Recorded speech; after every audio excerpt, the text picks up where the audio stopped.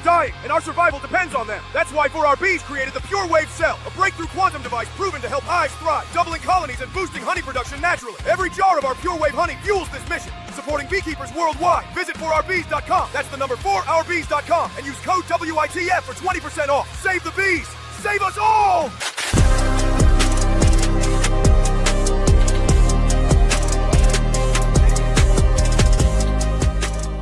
Where in the Folk is not and should not be viewed as a news source. Any names, places, or likenesses mentioned are purely fictional, and any information discussed is purely speculative. Guest opinions are their own and do not reflect those of anyone else. Where in the Folk is not responsible for content accuracy of any stories that are told or what people do with these stories. This show is vulgar, sometimes graphic, and due to its content, it should not be viewed by anyone, actually.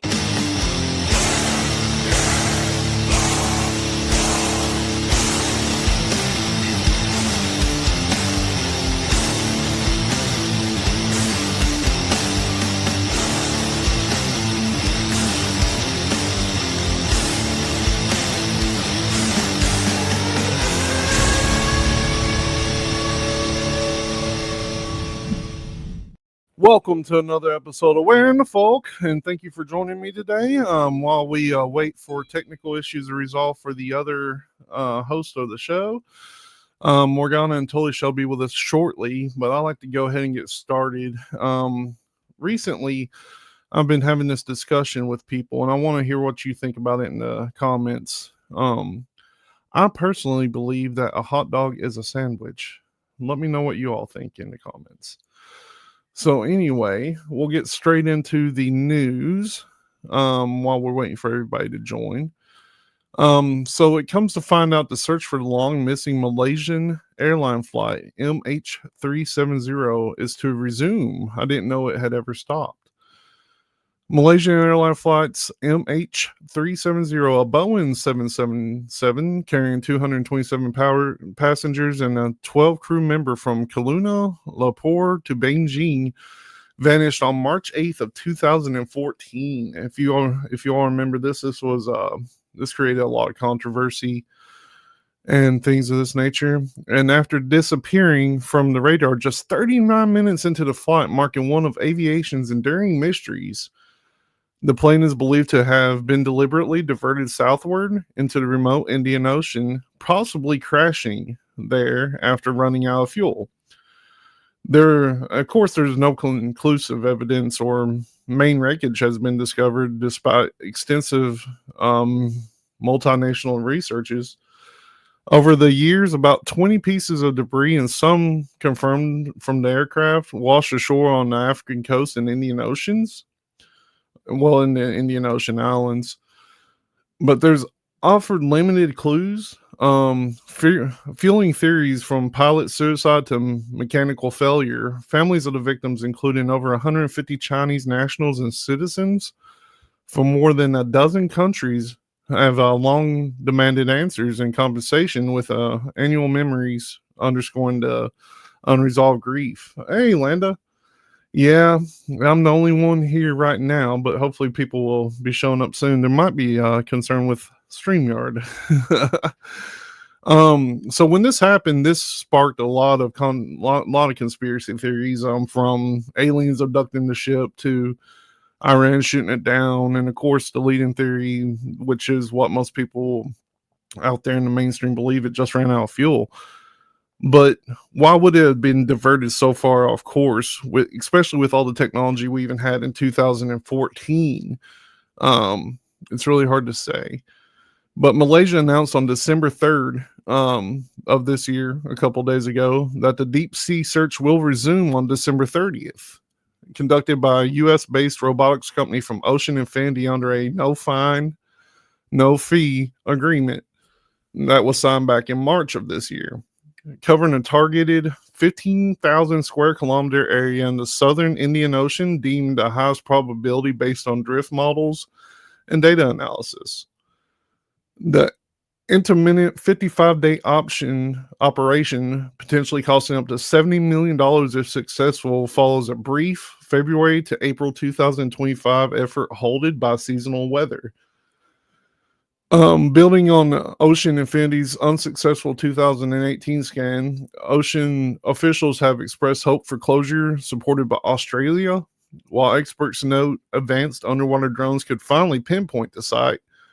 though challenges like vast ocean depths and currents persist. Oh, hello. Are you with us? I think she's about here, everybody. So this is one of those things. There was another Malaysian flight. Like there was something going on during this whole time period, and I wish I had some collaborations on this. And if anybody in the chat remembers, please do hop on. But on one of them, and I believe it was this one, in fact, there was some scientists that were researching something specific, but it's been so long ago I can't remember. My memory shot. That were on this particular flight that has mysteriously vanished off the face of the earth. I can't really recall what it was. It's very strange. Let's see. So we'll move right along and keep it going. So court rules automakers can record and intercept owner text messages. This is something that we've brought up numerous times.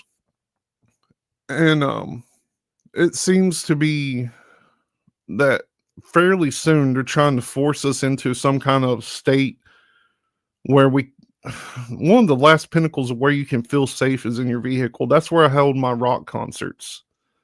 Hello. Hey, what's up?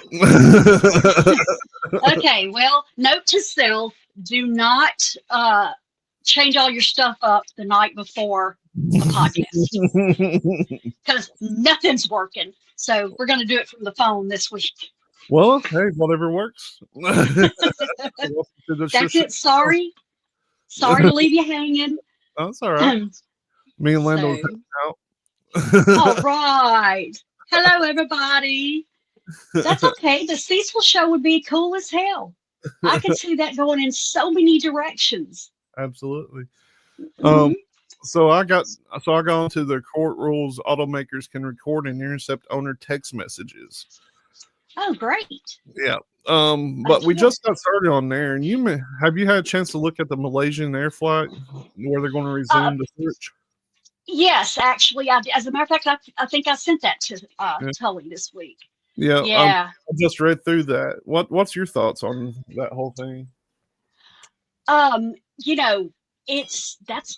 That's like, I really didn't think we had anything that would go that deep.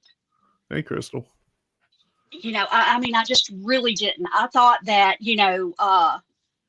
when you started getting down that low, and then, okay, it's time for a new distraction. I also feel like that's part of this. Because, there's something else going on that we probably don't know about or shouldn't know about. I agree. So, yeah, always. But yeah, that one surprised me though, because as I'm going through headlines, I'm like, wait, what? Because it's been so long since we've heard anything really about it and everything. So, yeah, I agree with that. But yeah, it's a little strange one, and it was a big controversy when it happened, and I know it kind of faded out, and it's like they're bringing it back up, and I'm glad they are, because I really want to know what happened. I really am curious about that. Yes, I agree with that, because like I said, there were so many people on there that looking back should still be doing what they were doing today, but they were stepping on some toes, and what better way to get rid of everybody at one time is when they're all on the same plane.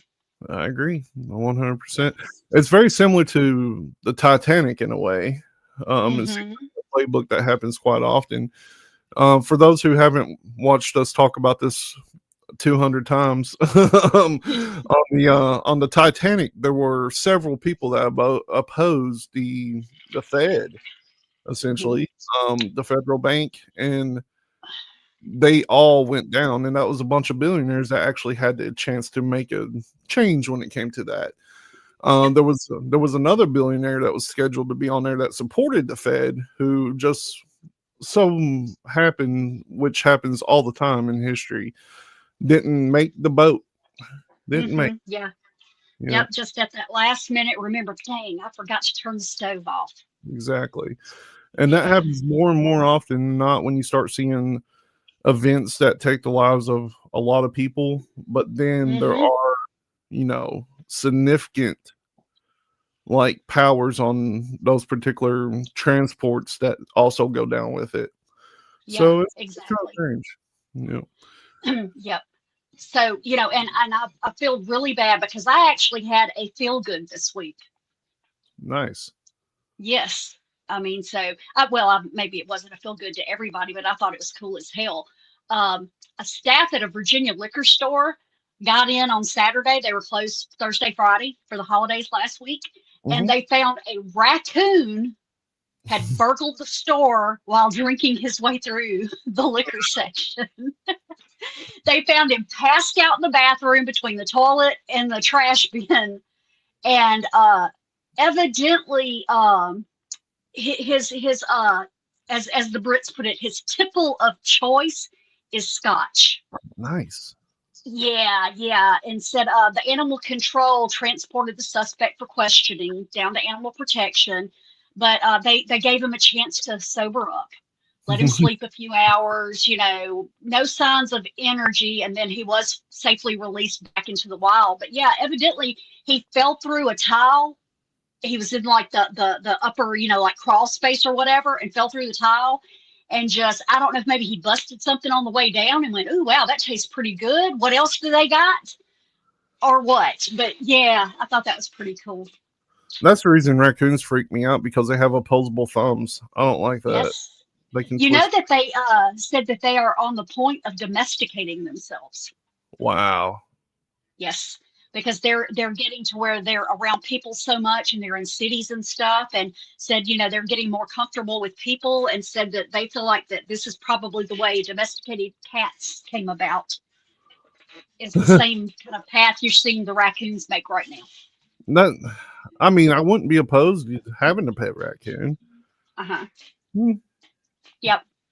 Yep. Raccoon. So I anyway. don't know where I got the way that I pronounce it. I say raccoon, like a rat. Uh-huh. It's Yeah. raccoon. I wonder where that came from. I can't stop myself from saying it either. It's Um, probably a Kentucky thing. maybe, I don't know. I doubt it. Because um, I have always said y'all have certain enunciations on certain words I've never heard anybody else use except people from Kentucky. that's true. That's Hmm. true. But mine Yep. is like a mixture of swamp and hillbilly. So Hmm. Yeah, it happens. It happens. I grew up the first part in the swamp, and then I moved to the mountains and to the hills down here. So you're So like Appa, Florida, huh? Florida, yeah. But anyway, this right here, Hmm. doesn't have any headline information with it. It's just a headline, and it's Yeah. pretty unique. Hmm. Washington Post posted a headline that said, "Why you may not want lower prices as much as you do, as much as you think you do." Yeah.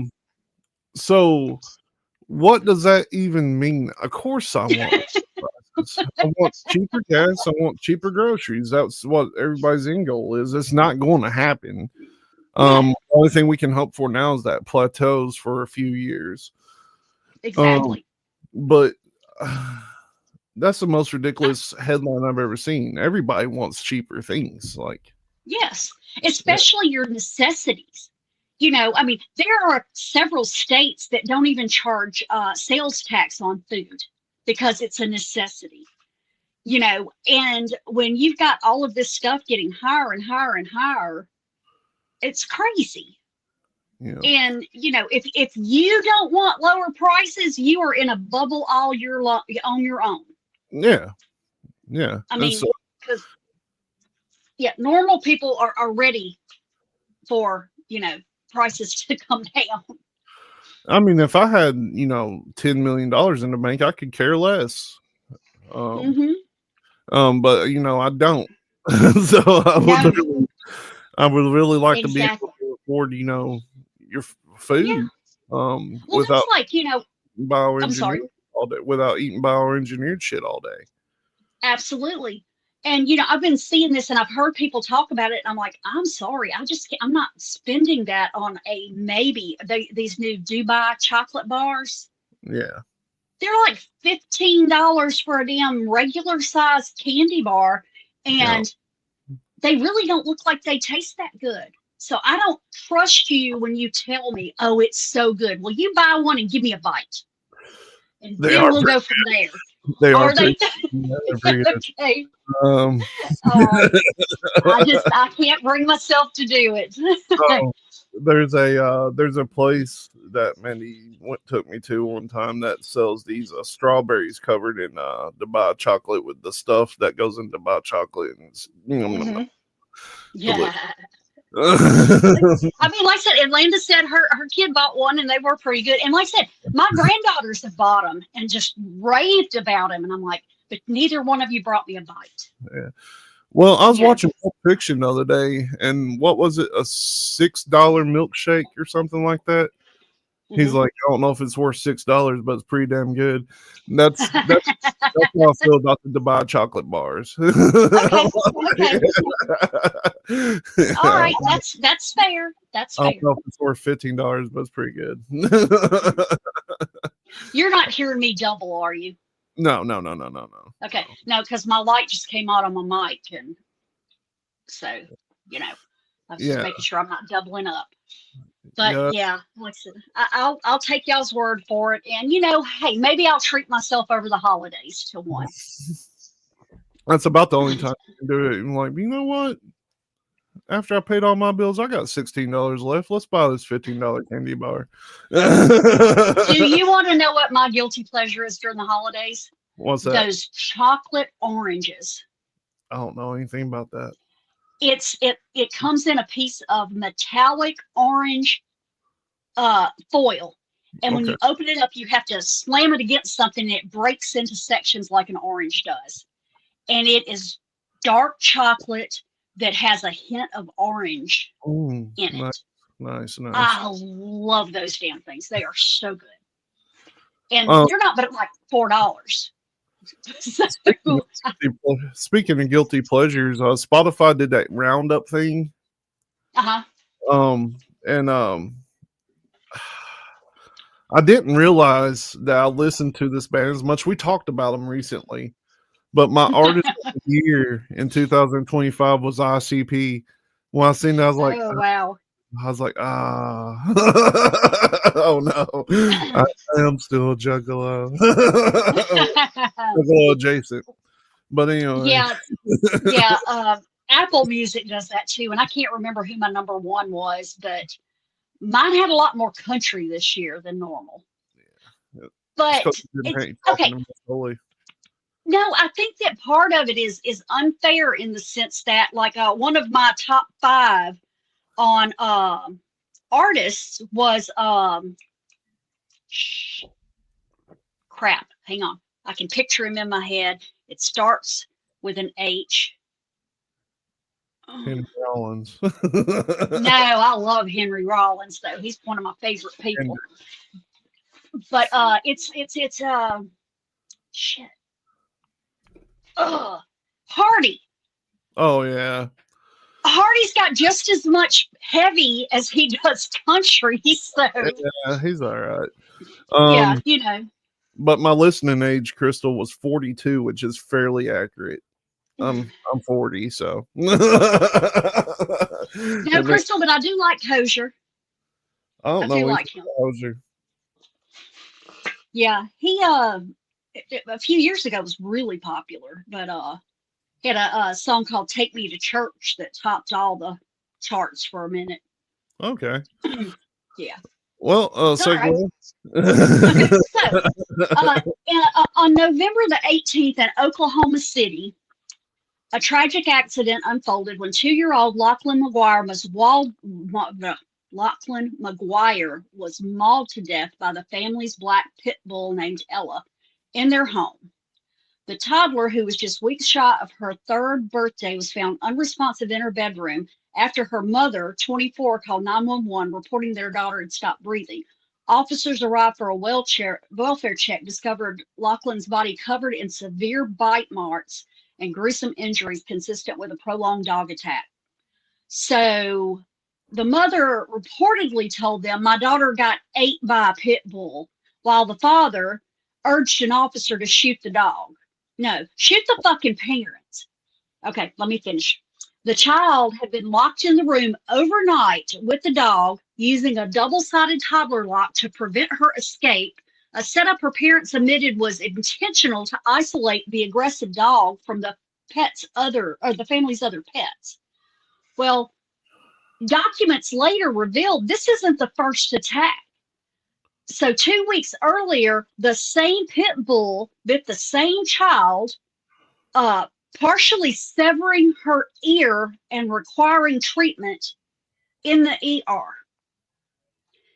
The hospital staff identified the injuries as dog-related and reported the incident to DHS, which launched an investigation but did not remove the child. Neither police nor city animal welfare was notified, allowing the dog to remain unconfined and uncaged in the toddler's room despite the parents' knowledge of her history. She was described by McGuire as having a pattern of fighting other dogs or going in for the kill. The family's other dogs appeared malnourished when seized by animal control, along with a pet rat and 2 lizards. They were arrested and charged with second-degree murder, held on $1 million bond each, and they're currently being held awaiting charges. Authorities argued their reckless endangerment after the prior bite constituted child neglect. I'm sorry, if you know a dog is that vicious and you leave them unsupervised with your child, you are 100% responsible.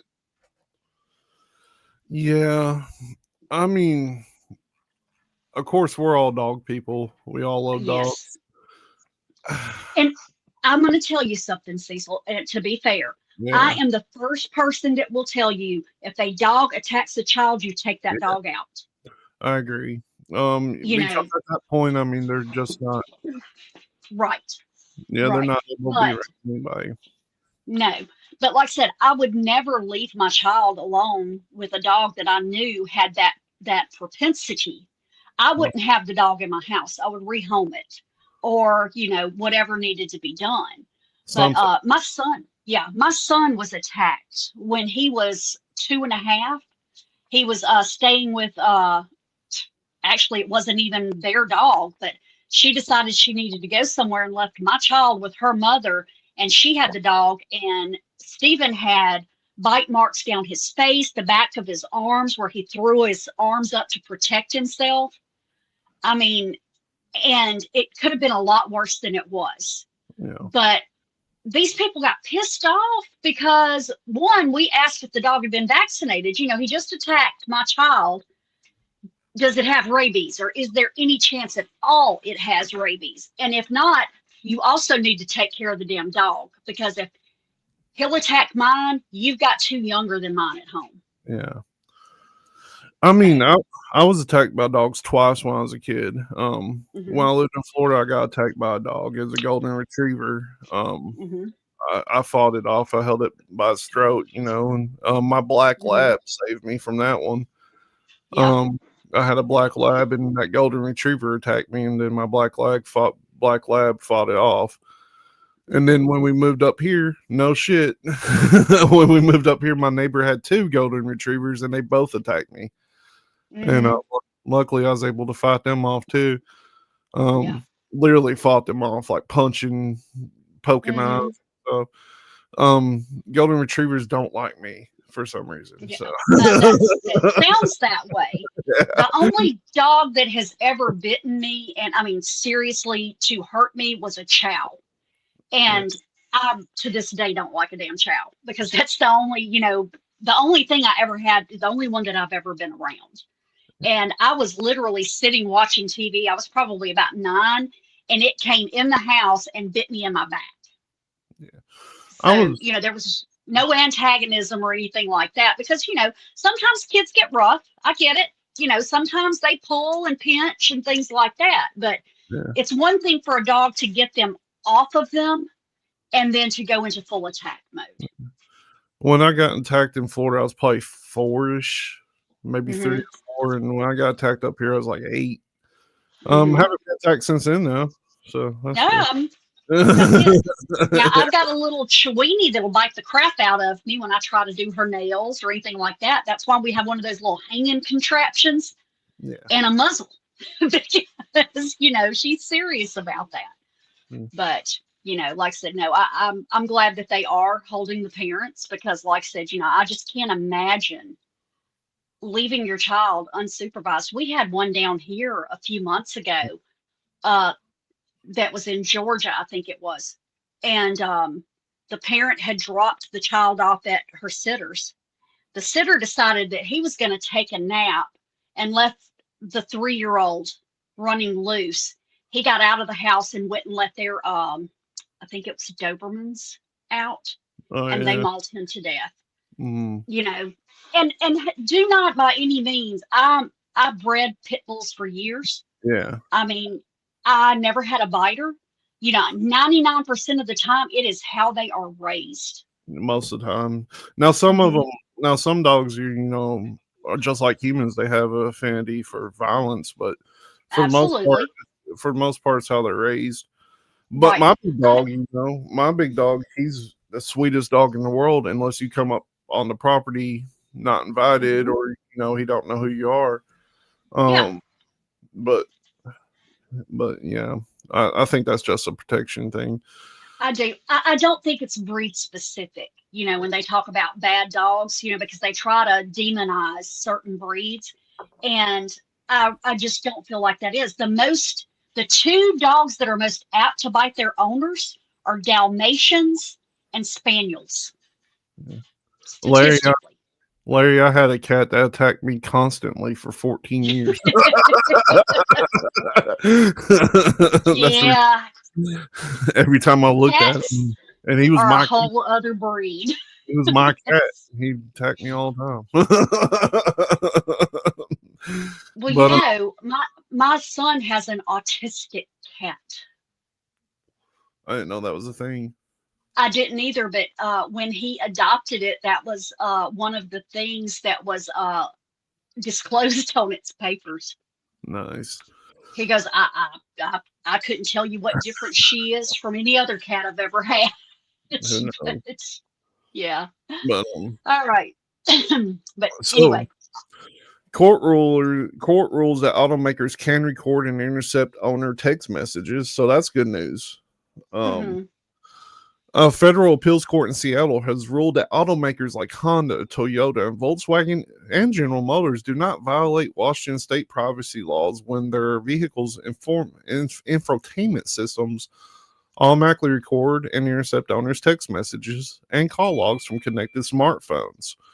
The decision, handed down on November 7th in 2023, that's pretty old, by the U.S. Court of Appeals for the Ninth Circuit, affirmed the dismissal of 4 consolidated class action lawsuits filed by car owners who argue that practices breached by Washington's Privacy Act, WPA, by enabling unauthorized surveillance without consent. The plaintiffs claim that starting around 2014, these systems, powered by software from companies like Burla Corporation, download and stored messages in inaccessible vehicle memory, making them available to law enforcement, but not the owners. Potentially for diagnostics or features purpose like hands-free texting. However, the court determined that the alleged interception did not constitute Cognizable. cognizable injury under WPA, which requires harm to a person's business, reputation, physical well-being, rather than mere potential privacy intrusion. That kind of like I was saying before you popped on, the car is the last vestige of privacy that you have. That's where I hold concerts. That's where I talk to myself. That's where I coach myself through like not having breakdowns. You know what I mean? Like, Hey, I've had full-on conversations with myself about how I felt that the conversation I was getting ready to have with somebody was going to go. yeah, exactly. That's what it's there for. And I still harbor a little bit of my imagination from when I was a kid, and I do, like, if I'm on a long road trip by myself, I talk to myself and tell myself stories. Mm-hmm. Like, Some people think that's crazy, but it's kind of like, I'm daydreaming, but I'm trying to like occupy my mind by making a new scenario of life. Yes. And if And somebody here's says the that, thing. they may think I'm crazy. Yeah, but my thing is, I'm one of my favorite people. So, yes, I talk to myself. Hmm. I mean, sometimes I need expert advice. Isn't that what the meme says? Exactly. You know? So So, I don't really like this, and it's getting worse. I was talking about this with somebody the other night about mhm, these cars coming out where you're going to have to listen to ads at stoplights. They're mhm, listening to you. They're going to be able to turn the car off if you miss a payment, which I get that. That's cool. Whatever. That part's all right. yeah, But like they're making them surveillance equipment that you buy, and it's just like yeah, buying a cell phone because that's what a cell phone is too. But it's a hmm, car. It's yeah, just a mean of transportation. Like I don't care if you track where I go.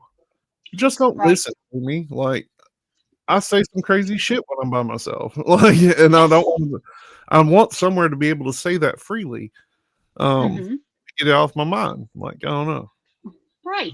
There's probably a reason that one of us hasn't gone off on a homicidal rampage because we do take that time out to sit Yeah, and, you know, process in a verbal way. yeah.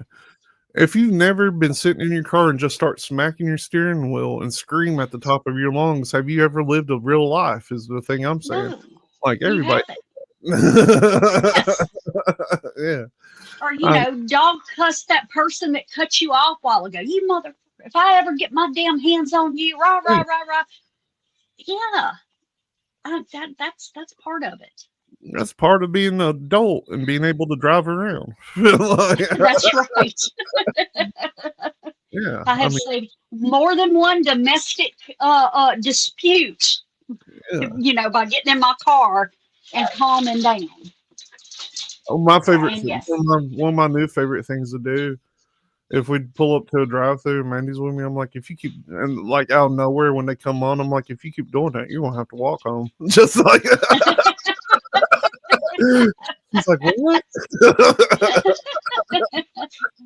I just like oh to, yeah, I like to cast the illusion that we're fighting. oh look, my husband when we first started dating, we were sitting. I worked for his sister, and they were playing softball, and they came in after the game one night, and I walked over to the table. He goes, "Hey girl, you taking go orders?" And I'm like, "Yeah." He goes, "Good, go grab your coat and let's go." Okay, that was the best pickup line I've ever heard in my life. That is a So, good so, but we both talk a lot of crap. I mean, people who do not know us would think we hated each other sometimes because that's just how we communicate. Neither of us gets upset, neither one of us gets mad. We just talk a lot of trash. one. And, but it was really funny because he used to be a huge flirt. And at one time he delivered catfish around Louisiana, Mississippi, Florida, stuff like that. And there was this very healthy lady that worked in the fish plant that took a shine to him because he would flirt with her. Yeah.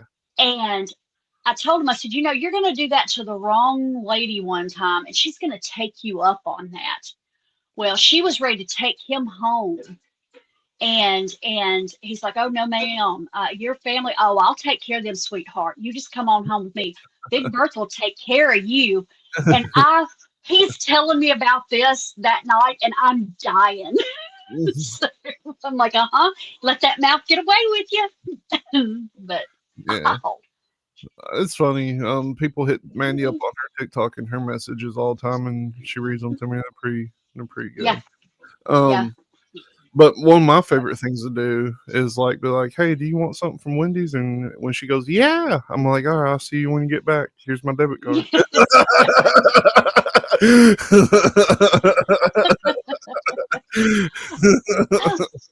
Fun fact. I have 6 baby rabbits that were born yesterday. Oh, that's cool. What are you gonna do with them? Eat them? Yes, yes. Rabbit's good. It's delicious. Yeah, rabbit is very good, and with meat prices being what they are, you know that's an easier option than pigs or cows. Oh yeah, for sure. So, hmm I but can't I have still think they're adorable. No, no, they're cute. I can't have rabbits. My dog, he ah, he don't like little things. I got you. Um, but a man finds a woman locked in a dog kennel in a neighbor's backyard. Have you heard about this? Have you heard this? No, I did not hear that. In Anson, Texas, on November 22nd of this year, a neighbor named Justin Anderson discovered a horrific scene in his adjacent backyard when he heard desperate screams around 8 p.m. and investigated. Filming the incident on his phone the whole time, he confronted 60-year-old Candace Candy Thompson, the foster mother of a 22-year-old woman with special needs who was locking the young woman inside a chain-link dog kennel covered with a tarp as punishment for allegedly urinating everywhere and tearing up the house. The victim audibly in the video crying out, "I'm scared, mother." Oh, that's so sad. And pleading for Yeah. release. Pleading for release told officers she had been confined there a lot. Expressing feelings of worthlessness, Anderson, who confronted her through the fence by urging her to breathe and assuring her help was coming, immediately called the police for a welfare check, leading to Thompson's arrest the next day. Thompson, wearing a t-shirt emblazoned with "I'm one of those crazy people," faces multiple felonies charges including aggravated kidnapping, injury to a disabled individual with intentional serious bodily harm, and unlawful restraint, with 2 other foster children present in the home at the time as well. The Anson Police Department described the case as deeply disturbing, and the neighbors like Marcia Bailey praised Marsha. I read it like it's spelled. Yes, I have an aunt with that name, so Marsha Bailey praised Anderson's bravery in stepping in, noting the relief felt for the victims. The young woman was removed to safety, and the incident has sparked outrage over foster care oversight in rural Texas, highlighting vulnerabilities for adults with disabilities in such arrangements. That's messed up. I don't like the foster mills. People around here do that. They just get as many foster kids as they can to get that money. Yep. I don't know how you can circumvent that. Like, because there are so many people that are in the system that you don't have a lot of people that are willing to do it. So, it's like when you finally find somebody that's willing to take the more difficult cases, you tend to not, what do they say? Don't want to look a gift horse in the mouth or something. I think that's how my grandma used to put it. Yeah. But, it's kind of like with nursing homes. Okay. I used to be very adamant about I would never put a loved one in a nursing home until I worked in one. One, I discovered that was not for me. It killed my heart too bad. Yeah. But 2, sometimes you don't have a choice. No. But the difference is you don't just dump your loved one there and not check on them and visit them and stuff like that. Yeah. Because if something is happening, then you're part of the problem. Because this is somebody who raised you. The least you can do is visit them and check on them if you're in a position where you can't take care of them. Just my opinion. I agree. I don't know. It's very strange. Like, there has to be some kind of way to vet these people better, because it happens so often that people in foster cares and like these disability homes, like they have homes where multiple people with disabilities live, and people come in there and take care of them. There has to be a better way to vet these folks, because a lot of them are just doing it for that check. Right. And that's not the way to do that. If you're going to be a foster parent, you need to truly care for these youngins and adults with disabilities and things like that. Absolutely. Well, and then segue straight into Medicare and Medicaid programs have repealed the minimum staffing standards for long-term care facilities. Yeah.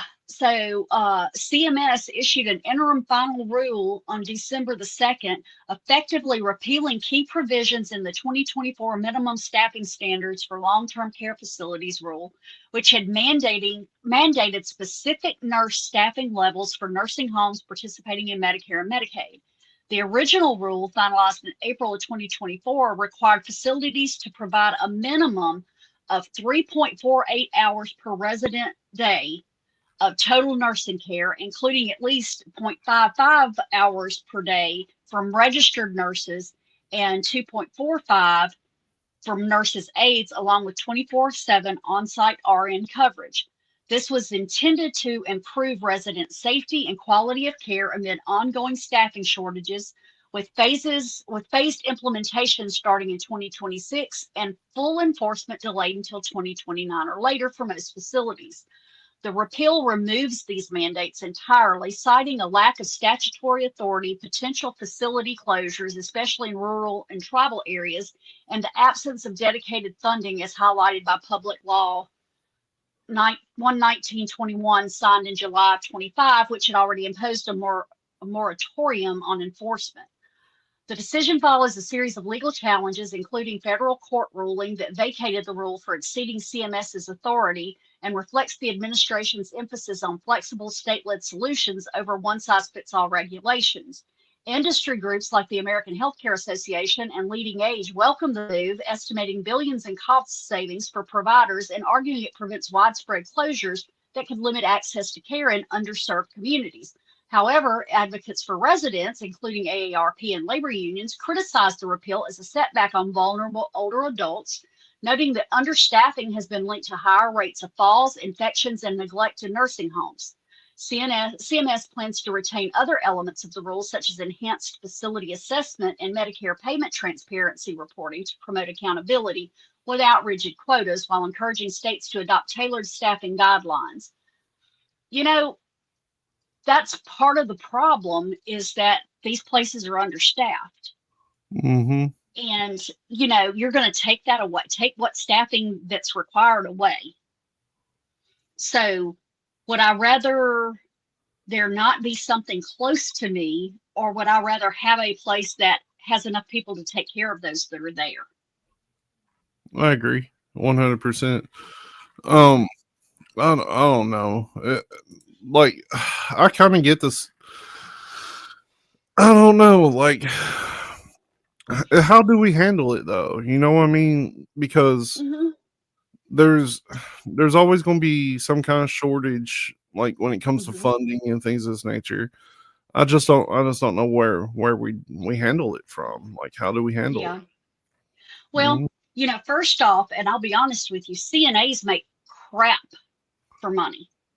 You know, they don't make much over minimum wage, and that is a hard job. Oh yeah. You know, that is a very hard job. And I'm not saying that it's, you know, harder than nursing, or that they should be paid what nurses are paid, but they should be paid more than what McDonald's is paid. You know, otherwise, why not just work at McDonald's and have less responsibility? Exactly.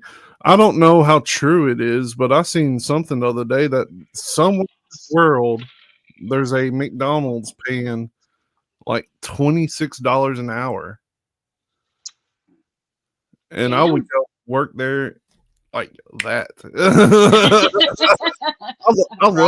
I loved working in restaurants when I was a kid. Like, it was my jam. I loved it. It just didn't pay enough. My daughter informed me when she was 8 years old, as soon as I'm old enough, I'm going to work for McDonald's. And when she was 15, she came home one day and said, "Hey, I got a job at McDonald's." Yeah. So, yeah, and she loved it. I mean, you know, she just, and I do know that one of the girls I used to work for, McDonald's paid for her college. Yeah. It's a good career if you follow it through from beginning to end. But right now, the way that prices are and what it pays, it just you can't live on it really, unless you live with like 3 or 4 people. And that's unfortunate, because back in the day you could survive off that wage. Like, so I don't know. I think it's time for all of our policymakers to have to live off of $7.25 an hour, and then bitch to us about the fact that people don't need help. Yeah. Yeah, They because really should. Yeah. yeah, because $10 an hour might sound great until you realize that is only $400 a week, which is $1,600 a month. If you've got $1,200, and that's pre-taxed. Yep. So if you've got $1,200 rent, you're not paying electricity, you're not paying for gas, you're not eating. No. But I mean, yeah, it's a hard job with little pay because you got Yes. to put up with so much. It's wild. Yep. Absolutely. But I can get behind the fact that a lot of these big mega churches that are supposed to be helping their communities could invest more in our elderly. Yeah, I agree. Not going to happen, but in theory, it sounds great. Yeah, I agree. Well, So, thank you all for joining us. I just lost Morgana again. Did I lose you? no, I'm here. You there? Oh, yeah, your Oh, camera cut off on us. I'm sorry. I was checking to see what that message was. yeah. But yeah, go ahead and get you something to drink. Come back in 13 minutes from this at the top of the hour. We're going to be talking about what? Conspiracies that came true. Conspiracies that came true. And I've been trying for the last 5 or 6 minutes. You see me looking over here. I've been trying to make sure we haven't redone this already. So if we have redone it, it's a new one. It's a new one. That's right. It's going to be all new content. But I'm going to put on an episode here from our Quickie Crypties. I just pulled up a random one, so enjoy this while we're out, and we'll be right back after I get this to share. All right. Oh wait, I got to turn on the audio, don't I? Yeah. That probably work. Crystal Steven's not here yet, so if you're still watching, let's see. Oh no, here we go. All right, we'll be right back. One that was kind of a split between folklore and an actual sighting. I think. I don't think there's been any subsequent sightings since 51. Neat. So it went back into the underworld. Oh yeah. Or I mean, it could have just been turned into bacon. I mean, so somebody might have found it living out in the woods, be like, taste it. That's completely possible. But I mean, that would be a terrifying sight. I don't know if I would. I don't know. I would definitely throw some lead at it if it came at me. Yeah, if I saw something like that, I mean, it's with the Bigfoot. I'm no kill on Bigfoot for sure. For me personally, and but if I saw something like that, I mean, that would be. That'd probably be the day I was wishing I had my 45 instead of my 9. Yeah. Speaking of cryptids, right here's one. If you can catch a glimpse of it. I see. Trying to get in my lap. But yeah, the next one I want to cover is called something. Have you ever heard of the Altamaha? Alti? Also known as Alti? Yep. Yeah, it's down in the channels and marshes of the Altamaha River in Georgia. There is said to be a creature of epic proportions. As Tully said, it's known as Alti. Alti lurks down there. Alti, by all accounts, can reach 20 to 30 feet in length. It's covered in thick gray skin. Ridges runs down the elongated spine, and it's got diamond markings on both sides, kind of like a lizard or something. Alti also has cloaking abilities, though, which I think is pretty cool because this is one of the few ones that I brought up that has cloaking abilities. It can turn green to blend in with surroundings and things of that nature. Kind of like a chameleon. Yep. There's just one description, however, with a history of sightings that go back to the 1700s. There are many appearances that Alti takes form of, so he looks different in a lot of different ones. This was just my favorite. One of the first non-native reports of the creature was on April 18th, 1830. The Savannah, Georgian newspaper reported multiple sightings of this waterbound creature. One of the eyewitnesses was a captain, Captain Delano, of the schooner Eagle. The captain reported seeing a large creature off St. Simon's Island. The captain reported that it was about 70 feet long. It was round as a barrel and had the head of an alligator. Yeah. Could you imagine that? Go swimming with that. There were multiple more individuals that had the same sighting in the area at the same time and reported the exact same thing that the captain did. The reports haven't slowed down either. In the 1920s, timbermen reported seeing a large snake-like water monster. In 1935, a group of hunters spotted a giant snake. In the 40s, some Boy Scouts seen the creature as well. In 1969, two brothers spotted Ollie when they were fishing. In the 80s was a hot spot for it. He was seen several times throughout the 80s. And reports continue into present day.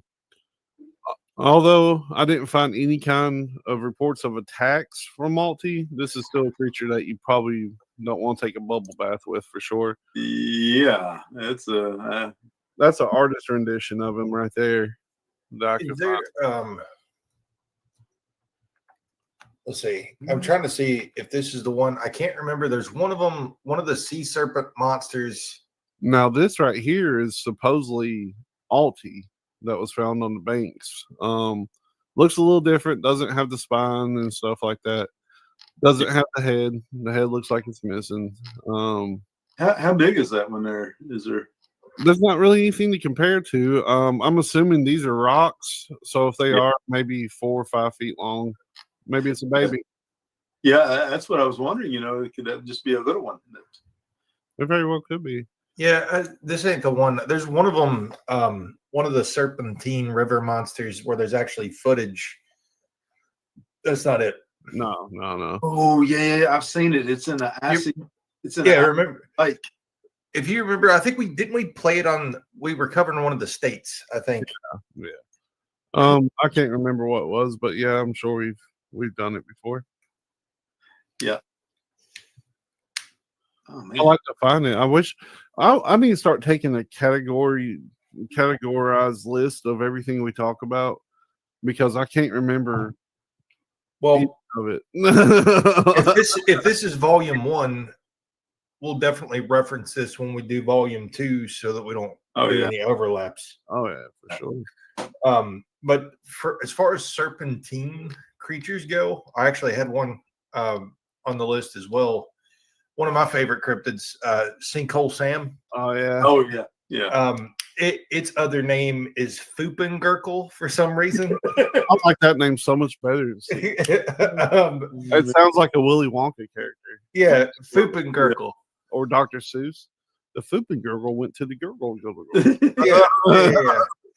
But it's a long eel or snake-like creature that is in a sinkhole. It's called Inman Lake. Ooh. And it basically a lake created from a sinkhole. They say it's 15 to 30 feet long. And it's been around since 1950 when locals reported seeing a massive snake-like creature in the sinkhole. They've seen it in the waterways near the lake too. And they're connected to underground aquifers, very similar to the locks in Scotland.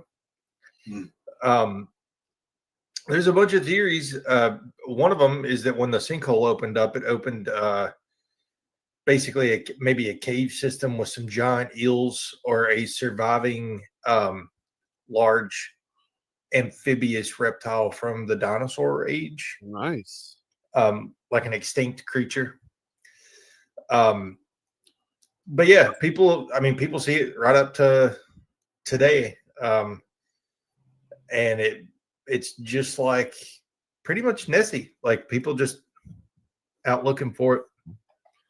I don't know how well you are. Totally, this will actually surprise you. There's actually a cryptid in our hometown that's specific to our hometown. That's a aqua creature.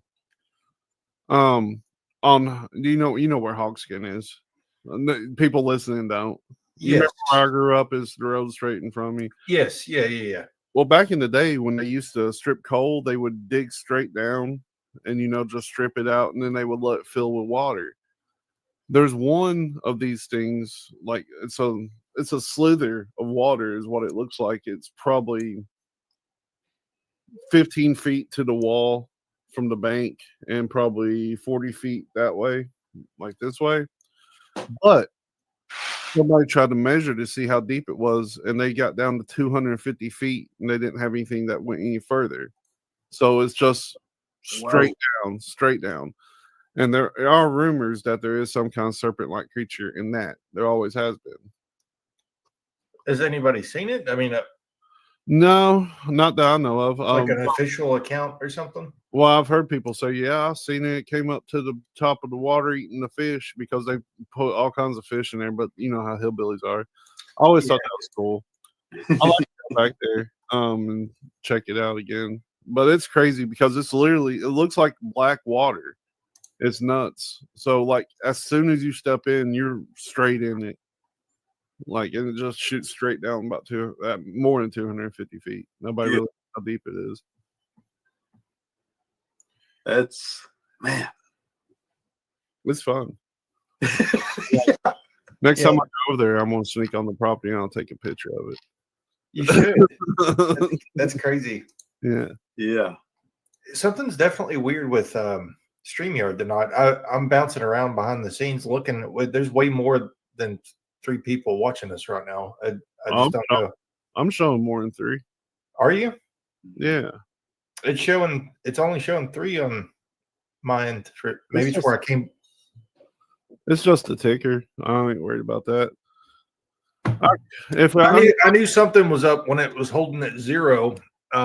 But I can positively verify that there's more people than that watching right now. The way I feel about it is if there was 0 watching, I'd still be happy just with you guys. That's exactly right. That's exactly right. I was just trying to make sure all of our streams were going to where they needed to be. They are. We're live everywhere, and there are people watching. Just good. Groovy. But yeah, I mean, that's a pretty interesting thing. It's on telling what kind of stuff is in these old mine ponds and stuff, because there's all kinds of those over in Clay County. And I'm sure they're everywhere in southeastern Kentucky, at least in probably West Virginia, Pennsylvania, places like that. That's why we've been doing a lot of hiking and stuff lately. I'm hoping that if we do enough hiking out in these state parks and stuff, we'll see something weird. Yeah. I figure sooner or later you'll run across something that doesn't make sense. It's Yeah, I've seen a few like trees that were bent that looked weird, but and I've sent you a lot of them, but I just I'm waiting to see like something like I don't know, big cat or a wolf or something crazy.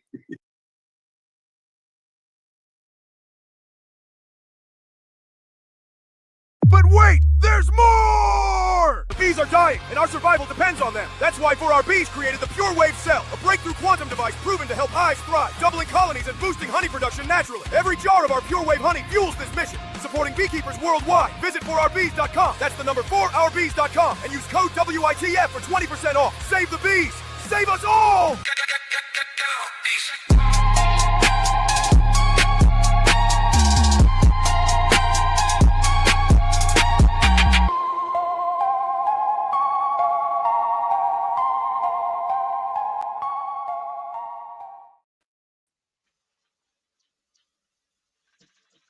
Yeah, I don't know why it does this all the time. Like, why is it kick? Welcome to Strange Frequencies, everybody. Welcome back with us. I know I'm supposed to do that, Cecil, but I feel so out of sorts on my phone. So It's fine.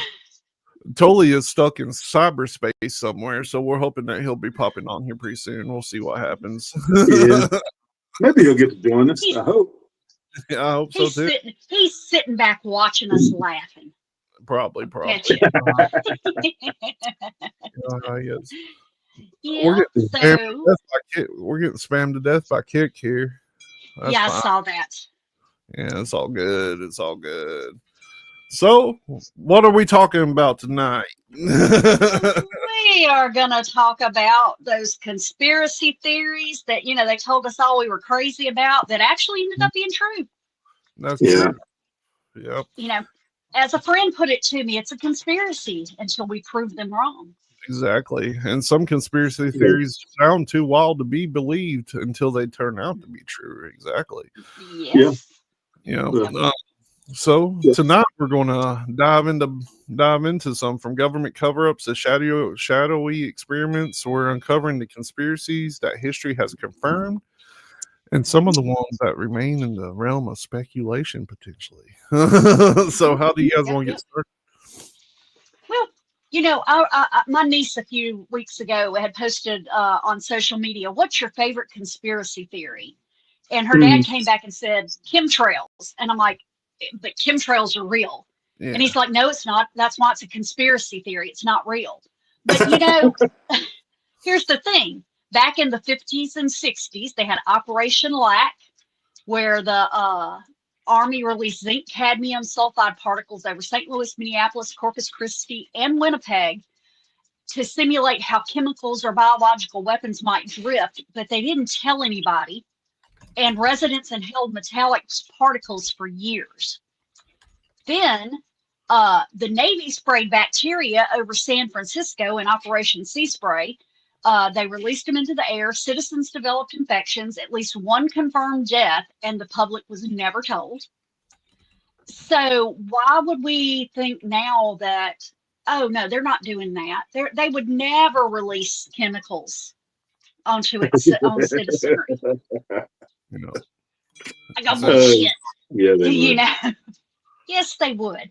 And, I think that we've probably done it overseas more than once, because you can cover up a lot of stuff in a bomb drop, Yes, you can. There's no doubt about it. I mean, we've showed the evidence multiple times on this show. With where the government, even mainline news media, has talked about how they can control the weather. Yes. Dubai did it. That was brought up whenever they had the flood in Texas this year. Was the cloud seeding company partly responsible for it? And they, of course, they denied it completely. Which I mean, these 100-year floods, they do happen. Yes. Yeah. But like I said, I mean, it's like, and that's the thing with all of the things that are considered conspiracies. There's something there. It may not be full blown out, but there was something that got that idea into people's heads. And, it may have been, Uncle Jeff that was, undercover, that wasn't supposed to talk about it, has a few too many to drink one night and starts talking about, well, when I was in, we did this, so, but yeah, so like I said, that's the one that gets me, is just the fact that people immediately automatically assume that there's no way that the government would do anything to hurt its own citizens, when we know for a fact that is not true. And one experiment in particular stands out, and this was something that was rumored for nearly 40 years. This went on, and imagine being told the government is offering you free medical care, free checkups, free meals, transportation, and even burial insurance. This would be a miracle for families struggling in the deep South during the Great Depression, for sure. Right. Now, imagine years later, decades later, that people you trusted were lying to you all along. This is the story of the Tuskegee syphilis experiments. I'm sure everybody's heard about this, but this off as a conspiracy because people were noticing that these men that were going through these trials were not getting better. So the way it begins in 1932 in Macon County, Alabama, one of the poorest areas in the country at the time, home to a large population of black sharecroppers, the U.S. Public Health Services launched a medical study they claimed would help treat a condition known by the locals as bad blood.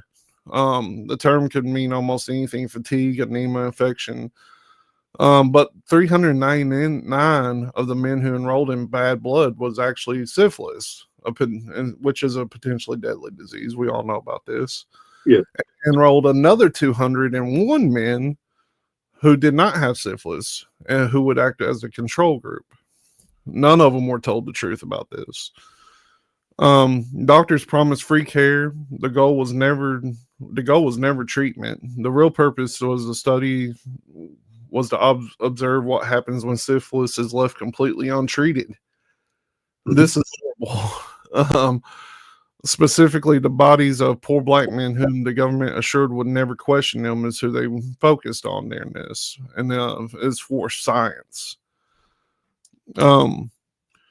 Through the study, the participants received fake treatments, placebos, vitamins, useless tonics. They were given spinal taps, but they were told it was special medicine. And of course, everybody's going to trust the doctors. They believed the government was helping them. But behind the scenes, researchers were documenting their syphilis, noting who went blind, who went insane, who went numb, and who eventually died. And then became the most damning part of it all. In 1947, penicillin became the standard proven cure for syphilis. A simple course of antibiotics would take care of it. So, do you think they gave these people this cure for this? They withheld it, as a matter of fact.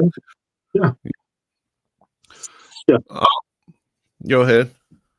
Yeah, that right there was a test. They plainly stated that. Once it was brought into the open, it was a test, which is what I believe took place. 5 years ago. That was also a test. It's starting to seem like it. Yeah, that's what that was. Yeah. Yeah. So, yeah, there's absolutely no doubt about it. It's it's the scariest words in the English language is "I'm from the government and I'm here to help." Yeah, and that came from a president. Yes, it did. Yeah. Dozens of men died from this, though. And this was the government actively doing this. Right. They knew what they were doing. They was like, let's see what happens. Yeah. One of those, those really smart scientists we brought over here from Europe, surely they wouldn't have had anything to do with that. Yeah. I mean, it's really crazy because this ran for 40 years. 40 years. Now, keep in mind that the cure for syphilis came out. Let's see, and where did it come out? I just said it and I've lost it. In 1947 is when it came out. This was the cure. Yeah. And it continued until 1972. So 15 years after they started this experiment, they discovered that penicillin took care of it. And then they continued it for, I can't do the math, but a long time after, another 25 years. That's insane. Right. To me. Yeah, that is, and I mean that's and that's unfortunately that's part of the system that we live in. Every election cycle, promises are made. People get their hopes up. And basically, I don't know. It's like most of the population has a short-term memory at this point anymore. Because we can't remember, we were promised this and this and this, and everybody just goes on about their daily lives. And whenever the next election cycle comes around, well, all these promises get rolled out again, So it's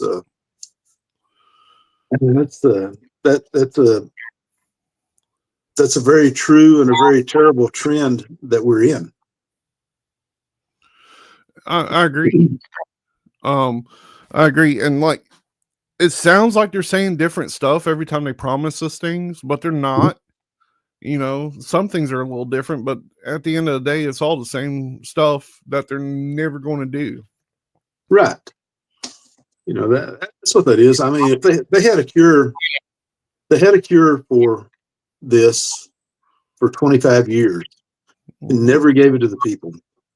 What's being withheld now? Exactly. It's just like the promises were made about the new technologies that could be brought out, because we've covered some of these inventions before.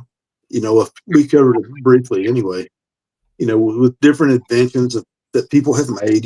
Carburetors that could get 80 miles to the gallon or 100 miles a gallon. Different ways to produce electricity without using coal or natural gas or diesel. And we were promised in, I don't know, somewhere in the past, I don't know, 11 or 12 years, these things will be brought forth. We're no longer going to keep them here. How many of them have actually come forward? Yep. Have any? No, sir. It's really unique. Are you talking, Madonna? Is she talking? I think you muted yourself. Can't hear you. I seen shit. Yes, you did. I'm like, I just don't think they want me to talk tonight. I thought you grabbed that. I was like, wait, Yeah, I will have my computer fixed before next weekend, I promise. But it's like and some of this stuff, this has been going on for centuries. I mean, you've got different groups that have been in charge that found the most amazing ways to hurt their enemies that were just kind of left on the side. Back in 1300s, isn't that when Genghis Khan and the Mongols were taking over everything? Somewhere Well, around that time frame. yeah, their troops ended up with the bubonic plague, so they took those corpses and catapulted them into the city that they were, right there on the sea. And a lot of scholars believe that the way that the Black Plague got started as a pandemic was from people trying to flee that city where they had thrown all of these infected bodies in. And the timing works out beautifully. So, it's like I say, these tests. I mean, who would have thought that would work when obviously it took out a third of the population? Yeah. So, right. Scary. And that's using germ warfare. That's been around a long time. It was practiced in this country. In a very, not the exact same way, but infected blankets and things like that. Yep. Absolutely. And that was another case of the government helping. Yes. Yeah. Yes. Yeah. And that was one of those times where I believe that they had actually got the Quakers involved in it. And, through the guise of that. Yeah. And they continued on anyway, So it just because somebody claims to be something doesn't mean that they are. So, right. One of the ones that I ran across, because there's so many that, it's scary how many of them ended up being true or that are true. For years, people claimed that the government was secretly exposing people to radiation to study the health effects. And, in the 90s, it came out that, they were doing this to hospital patients, pregnant women, military personnel, disabled kids without informing them, no consent or anything like that. But they commented that when this was acknowledged in the 90s, it permanently damaged public trust in government science programs. Yet Mhm. that's not when they stopped. No. So, again, like I said, it's one thing for me to volunteer to be part of a study group or a test group, but Mm. how many things are you taking right now that have not been fully vetted? I mean, what's put in our food today, because there was something about Campbell's here Yeah. a couple of weeks ago that the one of the CEOs or something, ranting about it being for poor people, and it was 3D cut meat. Yeah. And Yep. somebody and I were talking, and they're like, "Oh my God, it's 3D made meat." I'm like, "No, that's not what they said. They That's said that it was meat that was cut." I said, and if you look at chicken noodle soup, those little chunks of chicken doesn't get cut that way with a knife. Right. I mean, those little bitty cubes and stuff. But and allegedly, the chicken has been tested, and it is actually chicken. But again, how much isn't? Yeah. And like the other day, which Mandy don't watch our show or want to hear me talk about this stuff. She was in the kitchen. I just heard her go, I was like, what? She said, almost everything we have has bioengineered food in it. I was like, yeah, that's where I go. Yes. But I mean, it is crazy because if they would do this to a group of people for 40 years, just testing, syphilis, how long do they run a control experiment on things like cancer, Alzheimer's, diabetes, like things that ultimately, for the most part, if no treatments received, will be death sentences. Like, and it's on telling what cures they have for it. We constantly hear about now in the last year or two. You constantly hear about these other countries that have came up with cures for cancer, diabetes, Alzheimer's, but then they kind of get swept under the rug to where you don't hear about it anymore. And if you bring it up, it's crazy because why would they hold it? It doesn't make sense. Yeah. Right. Because the pharmaceutical company has their hands in everybody's pocket. Oh yeah, it is. It is. It makes you wonder. I'm sorry for clearing my throat. So, I'm button doing it constantly. Yeah, I'm sorry. I thought I was going to be able to speak without doing that there, but I couldn't. It's RFK. He's trying to make a push, to ban all the pharmaceutical ads on TV. I just wonder if that's really going to happen because I truly have my doubts. Well, at this point, does it even matter if they ban it? Because who watches TV? I don't watch regular TV. I don't watch ads. The only ads I see are on Facebook or well, like for that. me, I mean, I do like to watch the Food Network. So the cooking competitions and stuff like that. That's, to me, that's fun. Yeah. I watch them on streaming. But I mean, so at this point, it sounds like an amazing thing. But when the majority of people don't watch regular TV anymore, I mean, they're already pumping ads into our phones. Pretty soon, they're going to be pumping them into your new vehicle. Who's going to put out the bill to revoke them from being there? You know what I mean? Yeah. And I'm going to be honest with you. I'm kind of glad they have the pharmaceutical ads on TV, and because they make them disclose, even though it's at the very end, I listen to that stuff. And I remember back 10, 12 years ago, the doctor wanted to put me on one of those medications, and one of the side effects was cancer, lymphoma. Yeah. I'm considered a high risk for lymphoma, and my doctor knew that and still wanted to prescribe that. Had I not seen those commercials, I'd have probably let her prescribe it. But because of that particular thing, I'm like, wait a minute, I'm not taking that. And she goes, but we're out of ideas. I don't care. I can live with a skin condition. I can't live with cancer. Right. Yeah, my odds of dying of a skin condition are pretty slim. Cancer, that goes way up. Yep. So I know someone right now. She's I don't know, I guess she'd be close to my age. She was having Parkinson type symptoms. And the doctors around here, that's what they thought it was.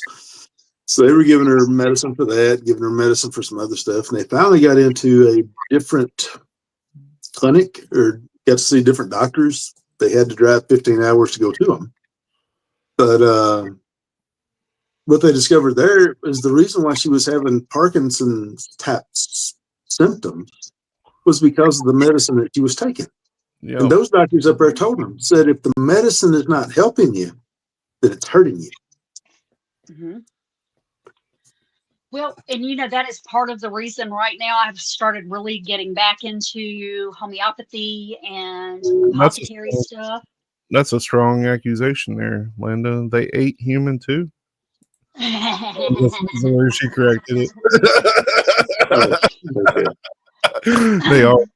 They do make mistakes. I mean, doctors. Oh yeah. My doctor. Absolutely. I love my primary care doctor. She says honestly, she's like, the only thing I can do for this is throw medicine at it. Mm-hmm. That's really. I'm like, she don't have any other options. She has the information and data that she goes on, and all she can do is toss medicine at it based on what she's seeing. But there are also pharmaceutical reps that come around to certain places and like, hey, here's a brand new drug. If you sell this much of it, you get this. That should be cut out. Yes. Yeah. It's right up there with lobbying. I mean, that is another kind of lobbying. Mm-hmm. To go into your doctor's office and offer them incentives, to push their drug that is just barely out of trials. And that's the only downside about something that is that new, is they don't have the long-term research model to say this is going to happen to you 5 years from now. Yep. Right. And by giving them to your doctor and your doctor giving them to you because of these incentives, then they get to do the testing and you're voluntarily taking it. Yeah. To me, on a lot of the stuff, I mean, if you have, I've heard of cases, where someone has cancer and say it's at a stage 3 or stage 4, and a doctor may offer them and say, hey, here's this new trial medicine that we're working on. We can't make any promises. And the person's like, what's it going to matter at this point? It's either going to help me or it's going to speed things up. So, in cases like that right there, I can appreciate that, especially the doctor and the patient, Right. But, and that I think that's the difference though, is they're telling you, without question, this might fix it. It might kill you. Those are the options.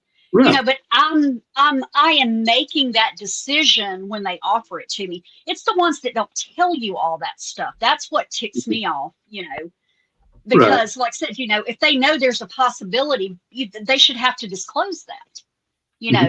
There's no such thing as a miracle cure for most things. And sadly, so many of the pharmaceuticals have all the additives and chemicals and stuff that's where you get your side effects from.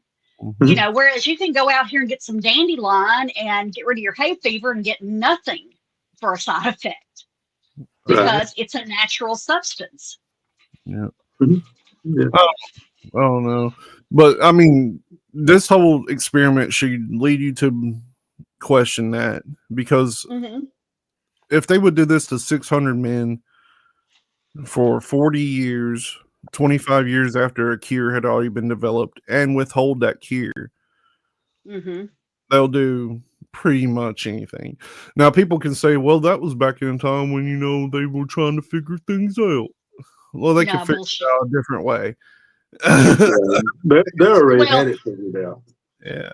And my thing is, if they were trying to figure it out, why did they target a very specific demographic? A bunch of poor sharecroppers in Alabama. Yes, No. You would have to exactly. go back, Morgana. You would have to go back to the early 1900s, and we can have that talk sometime if you want to. Yeah. Why wouldn't they do this experiment on a bunch of congressmen? Yes. There you go. Yeah. In Yeah. DC, that would be the perfect one.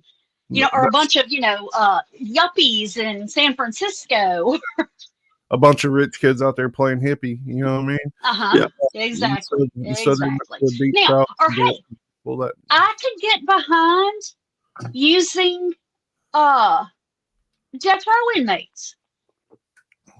If you've committed a certain crimes, I feel like, hey, there's your clinical trials right there. Yeah. But with the caveat, it's got to be somebody they know for a fact did it. Mhm. Yeah. I mean, maybe like if they agree to it, like for every year you do this, we knock an hour off your sentence or something. I don't know. I can get behind that.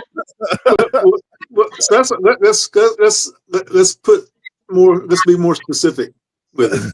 Say somebody who's SA'd a child, Yeah, Yes. an adult who's SA'd a child. without And doubt. let's let them be the testing. Mm-hmm. But Yep. but yeah, that's one of them. That's just one along a list of many. Now we seem to have been in a perpetual war since probably a little bit after I was born. We've been in some form of war, right? Yeah. Mm-hmm. The 80s at least. Yeah. One of these things that may have contributed to it, in August of 1964, a series of events unfolded in the waters off of North Vietnam that could change the course of American history forever. So on August 2nd, 1964, USS Maddox, a U.S. Navy destroyer, was patrolling the Gulf of Tonkin. Officially, it was rumored it was a routine mission. Unofficially, it was assisting covert South Vietnamese raids on the north.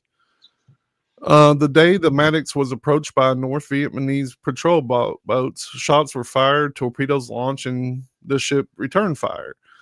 This attack, the first one, did happen, though it was nearly as unprovoked as the public was told, so there really wasn't any reason for it.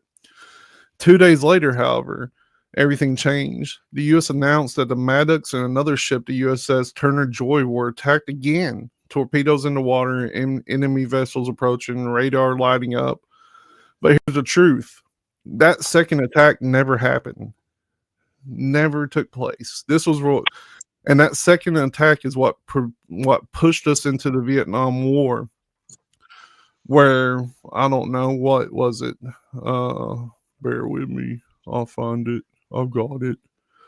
Around 25,000. Let's see, around 58,000 American deaths. Yes, 58,000. Millions of Vietnamese deaths. And the war lasted nearly 20 years, and it made a major shift. Now, this whole thing is so crazy because this is what pushed us into the war, and it didn't happen. Mm-hmm. And this seems to be something that we kind of see today in a way. But Tully's here. Look how fancy. At it all. Inside the ship, sailors reported confusion, radar glitches, bad weather, and false readings. The captain himself sent a message saying reports were doubtful, but in Washington, doubt wasn't convenient. President Johnson told the American people the attack was certain and deliberate. With this claim, Congress quickly passed the Gulf of Tonkin resolution, giving Johnson broad authority to wage war in Vietnam without an official declaration. It was the moment U.S. stepped fully into conflict. Years later, though, declassified NSA documents confirmed some of the officials suspected what some officials suspected all along. The second attack was a false alarm. Intelligence had misinterpreted and selectively presented information about it. Contradictory evidence was removed before Congress voted. Privately, Johnson even joked, "For all I know, our Navy was shooting at whales out there."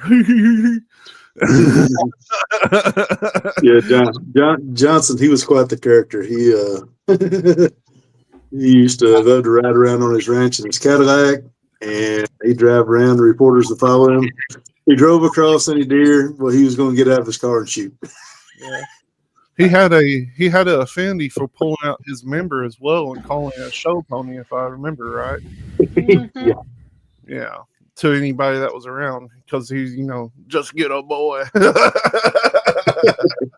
Yeah. It's amazing. But this is another sign, like, it don't take a lot for them to decide to cast us into a war that's going to take thousands, if not hundreds of thousands, if not millions of lives. Yeah. It's, well, I mean, in Dwight Eisenhower's farewell speech, he addressed it. Beware of the military industrial complex. Yeah. Mm-hmm. I don't know. And this goes to show you again, this is conspiracy.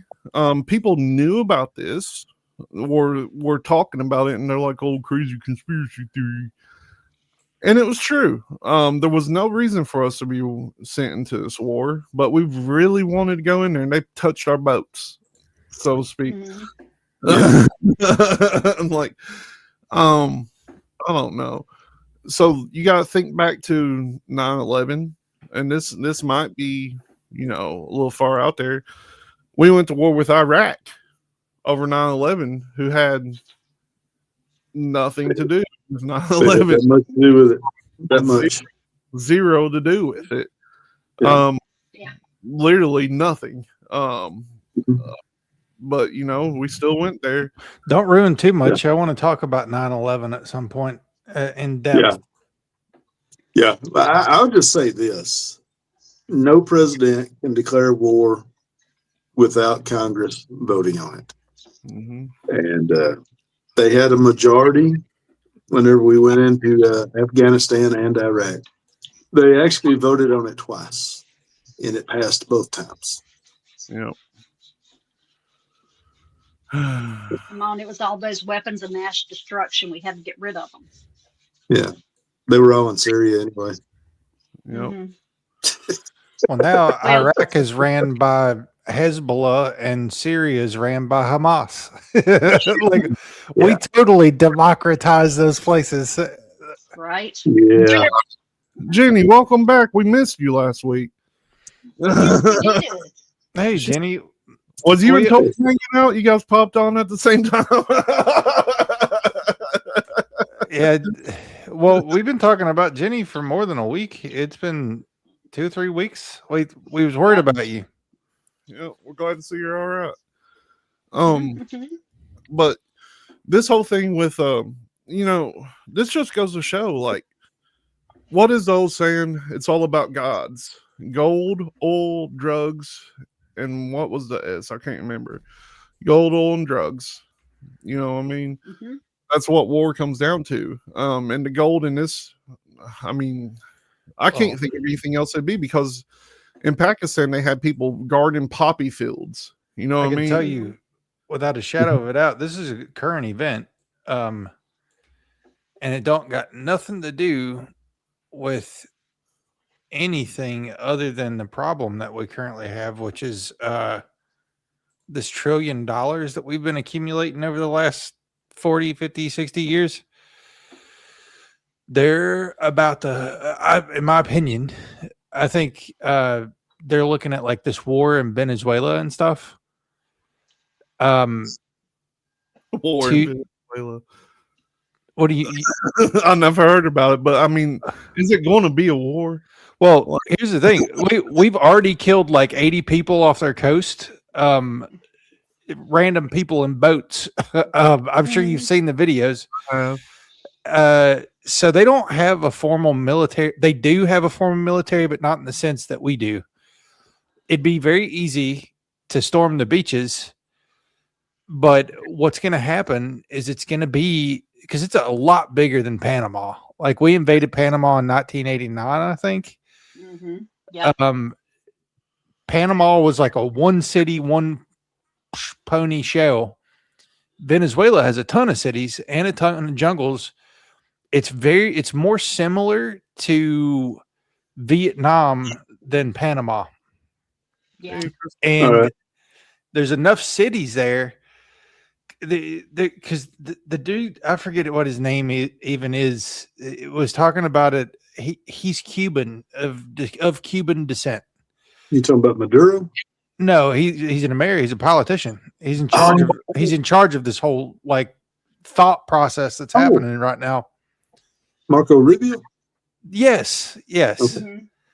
So he's Cuban, and he I guess left Cuba under Castro. Yeah, and he has a vendetta for that part of the world, pretty much. Mhm. And there was a tidbit that I saw on TikTok where he's talking about if they can liberate Venezuela, then they can liberate Cuba and keep the communists away of Russia and China. And that's very similar. If you think about the rhetoric, whenever we went to war with Iraq, they said that if we could liberate Iraq, that we could stabilize the Middle East and get Iran under control, get North Korea under control, like start to stabilize that area. They're saying the same thing and talking about doing it with 10,000, 20,000 troops. Mm-hmm. And with the amount of land that there is there, it will be another Vietnam, like no questions asked. Because guerrilla warfare is all those people know because they don't have the numbers. Right. It was about 6 weeks ago whenever the president said, put forth the idea that we could actually invade on the ground in Venezuela. That's insane. That's About 6 completely weeks insane. ago. Mm-hmm. And, you know, contrary to the rhetoric of a lot of people, the one thing that this president was supposed to be was anti-war. Yeah. And or like pro-peace, like let's end all these wars. Let's end all these let's stop worrying about other places and start worrying about here. That's what he ran on, right? Yep. Let's stop trying to police the world and police us. Yes. Let the rest of the world pick it up and take their turn. All right. So right here's the thing I do want to point out. It doesn't matter with this president or the former president or the president before that. Has this not always been the thing that the United States of America has done? It keeps happening every time. Yep. The creators of South Park made a movie about it called Team America World Police. Well, the only way, I don't know what it would take, but I think something big is coming because you think about inflation over the past 5 years from 2019 to now, the prices have tripled on a lot of stuff. Mm-hmm. And cars are crazy. There's no fixing it. Houses are crazy. There's no fixing it because of private equity. Yeah. We have all of this debt, and everybody in the room knows that this debt is going to have to be refinanced or eliminated somehow. And you've got all of these warmongers now saying that there's so much gold and oil in Venezuela and that it would, I mean, this is the exact same thing, except they're not using weapons of mass destruction as an excuse. They're just like, hey, the cartel's there. Let's just go. Well, who cares? Yeah. Yeah. I mean, that's the thing. Like, I don't know. Anytime that we find oil, like in mass quantity, they need liberated. Like they need some freedom injected into that nation. I don't get it. Well, Jacob, we're all the host. Just mark my words. Like that's my current conspiracy that's gonna come true. Yeah. we're gonna be in another 15-year war, and it's gonna be people trying to dodge booby traps in Venezuela. Yeah. Well, Tony, since you're talking about that right there and the price of everything, the inflation's getting worse. Have any of you looked at what the price of gold, spot price of gold was today? No. I haven't seen Not it today. today.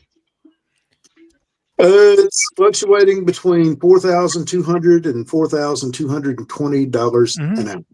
Silver. So it hit its all-time high a month ago at like $50. Silver's It's silver's like at the 60. highest- yeah, Silver's at highest $60 ever. an ounce now. Yeah, it was this week. It hit 60. And here's the other problem with all of this. I'm hopping all over the place. I'm sure you guys have hit data centers a little bit at some point in the news or otherwise today. But there's precious metals in all of that stuff. Yep. So people were like, how does gold just keep beating itself? How does silver just keep beating itself? It's because these things that we're looking at right now have gold in them. They have silver in them. And while minute, that is a almost always unrecovered amount of gold and silver that are in these monitors and PCs and phones and all of the stuff that they set up data centers with. And now that they're doing it on a mass scale, of course, gold and silver is going up. It's not just the warmongering that's doing that. It is you're taking resources to make all these things. All right. Well, Okay. I'm sorry. Go ahead. No. I do want to pitch something, and before I do, I'm not making any money off this. I probably should, but I got a new book this week, Dollar Apocalypse, Mm-hmm. and it talks about things like things to look at when we're fixing to hit that time again, and it's things like when they start, trying to collect your data by forcing you to have, a certain ID, or when they start, food shortages and food going up, and it's got a ton of really relevant information to right now. And it compares it to the time right before the stock market crash in the 30s. All right. And To add to that, I haven't looked it up to try to confirm it for myself, but people who owned a lot of Amazon stock, big box store stock, stuff like that, they've been dumping it. Yeah. They've been dumping it here lately. Yeah. Why would they do that? Yeah. You want to hear something crazy? Now I don't know if you guys are familiar with this or not, but when I was a teenager and a little bit into my 20s, I dabbled in copper, selling copper. The highest I ever seen it was about $1.65 a pound back then. It's $5.44 a pound right now. All right. It's something to look for. We just quit making the penny. But for anybody who's still dealing in some cash and you get change at the store, go through your pennies. I can't remember if it's 1982 and older or 1981 and older. I think it's 81 and older, Stephen. If I'm not mistaken. 81 from they started making Lincoln pennies in 59. From 59 to 81, all those pennies were made out of copper, just like all the pennies before it. So those pennies are worth 3 to 5 cents a piece. So, but I mean, people have been going through them for years, though. Yeah, that's interesting, Jenny. I don't know if you saw Jenny's comment. I didn't. So she said that the AI and the EU already opened a gold mine in Romania. The Enter 12 have agreed on minerals. We can go to war with China or press for legit business trade in Venezuela. And that's the thing that keeps coming up is they keep saying there's so much gold and minerals and oil in Venezuela. And if we could just get their president to step down, you might not have to pay income taxes anymore. Yeah, I heard that one. That's how they're selling that. They're literally Yeah. saying you may not have to pay income taxes as long as we can go to space Vietnam and and kill God knows how many people, innocent people, our people, innocent people, It's okay, Charlie. kids. Yeah, it's okay, Charlie Brown. I promise I won't pull the football away from you this time. Exactly. Yes. There you go. That's it. Yep. Hmm. And yeah, it is 81 and earlier, Stephen. I just verified. 81 and earlier. Okay, from 59 Yep. to 81, all those pennies were made out of copper. If you can find Yep. them in your change, then hold on to them. They're worth more than a penny. Yep. So. Because in 82, they started making them 97.5% zinc. Okay. I think Crustal is what they would call you in Venezuela, Crystal. Crystal. That is true. Crustal. That is true. I don't know. But going back to the Gulf of Tonkin, this is how they do it. Like they create some kind of hysteria to push the American people into we want this. Last night I put cartels on our list so that we could talk about that soon. All right. Mm-hmm. And there's a whole conspiracy theory on whether. So they're saying there's a cartel called the Cartel of the Sun. That they're blaming for all of this activity in Venezuela, and that's a whole conspiracy because there's a lot of people that believe that cartel doesn't even exist, that it's a front. And if you're interested in that sort of thing, look up like Cartel of the Sun conspiracy theory, because that's basically going to be Venezuela's WMD. The Cartel of the Sun's going to blow something up, probably. That's a crazy statement. But anyway, I mean, it's strange. It really is weird. I don't know. I hope that doesn't come to that. I really wish that we could just get out of a war for a few years. There's people alive now that's never seen the United States not in some major conflict. Yeah. You know what I mean? So hopefully we get out of it soon. I don't know that they're even Hispanics, Jacob. I mean, that's the crazy part about all this. It could very easily be like CIA operatives. Yeah. Mm-hmm. Yeah. I wouldn't put that on anything. But that's another case of a conspiracy that turned out to be true. So let's move on to this next one. So in the early 1960s, the United States was locked in a high-stakes Cold War showdown with Cuba. Fidel Castro had taken power. The Bay of Pigs invasion had failed, and Washington was desperate for a way to justify military action, similar to what we were just discussing. What came in next was one of the most shocking declassified proposals in U.S. history. Now, this, fortunately enough, didn't take place at this time. In 1962, the Joint Chiefs of Staff drafted a series of covert operations designed to trick the American public into supporting a war against Cuba. Not by responding to attack, but by staging one. Operation Northwoods is what this was called, proposed a list of false flag scenarios, events that would appear to be Cuban aggression, but would actually be carried out by the United States itself. The documents include plans to fake the hijacking of civilian airplanes, stage attacks on U.S. military bases, blow up an American ship in Cuban waters, and even fabricate the deaths of Americans to provoke outrage. Some proposals were even more extreme. Agents posing as Cuban operatives would plant bombs in American cities or orchestrate violence incidents on U.S. soil, all for the purpose of manufacturing public demand for war. The goal is always simple: create fear, create anger, create justification. The Joint Chiefs, these weren't crimes. They were psychological operations. But thankfully, President John F. Kennedy and his administration, they crossed the moral line, so to speak.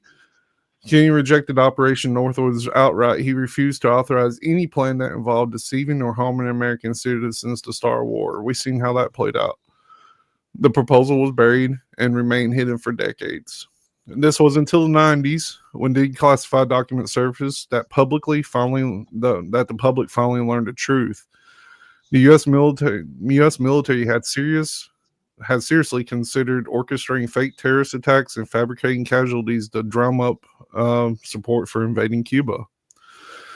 So that is a proposal. At that time, the president we had shot it down. Mhm. My fear is, well, the next president that sent us into a Vietnam War, based off of a lie. Mm-hmm. The very next one after this president was taken out. So did Operation Northwoods really go away, or did it evolve? I could get behind involved. Yeah. I mean, it's and I can remember this, growing up towards the end of the Cold War. Russia was always our biggest threat, but Cuba was closer to home. Yeah. So we were, we got, the whole Russians might, kill us, but those Cubans could just come over in a little raft and take us all out. Yeah. Yep. Steven? We're in an endless cycle of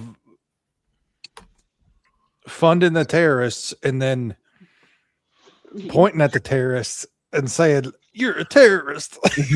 We need to come. We created you, and we need to come blow you up now. Mm-hmm. Yep. Yeah. Well, I don't think we created Vietnam, though. I think we may have funded part of that at least, but I mean, we didn't create that whole problem. Johnson just wanted to get in it. Yeah, Mm-hmm. yeah. And that's the thing. I mean, they're,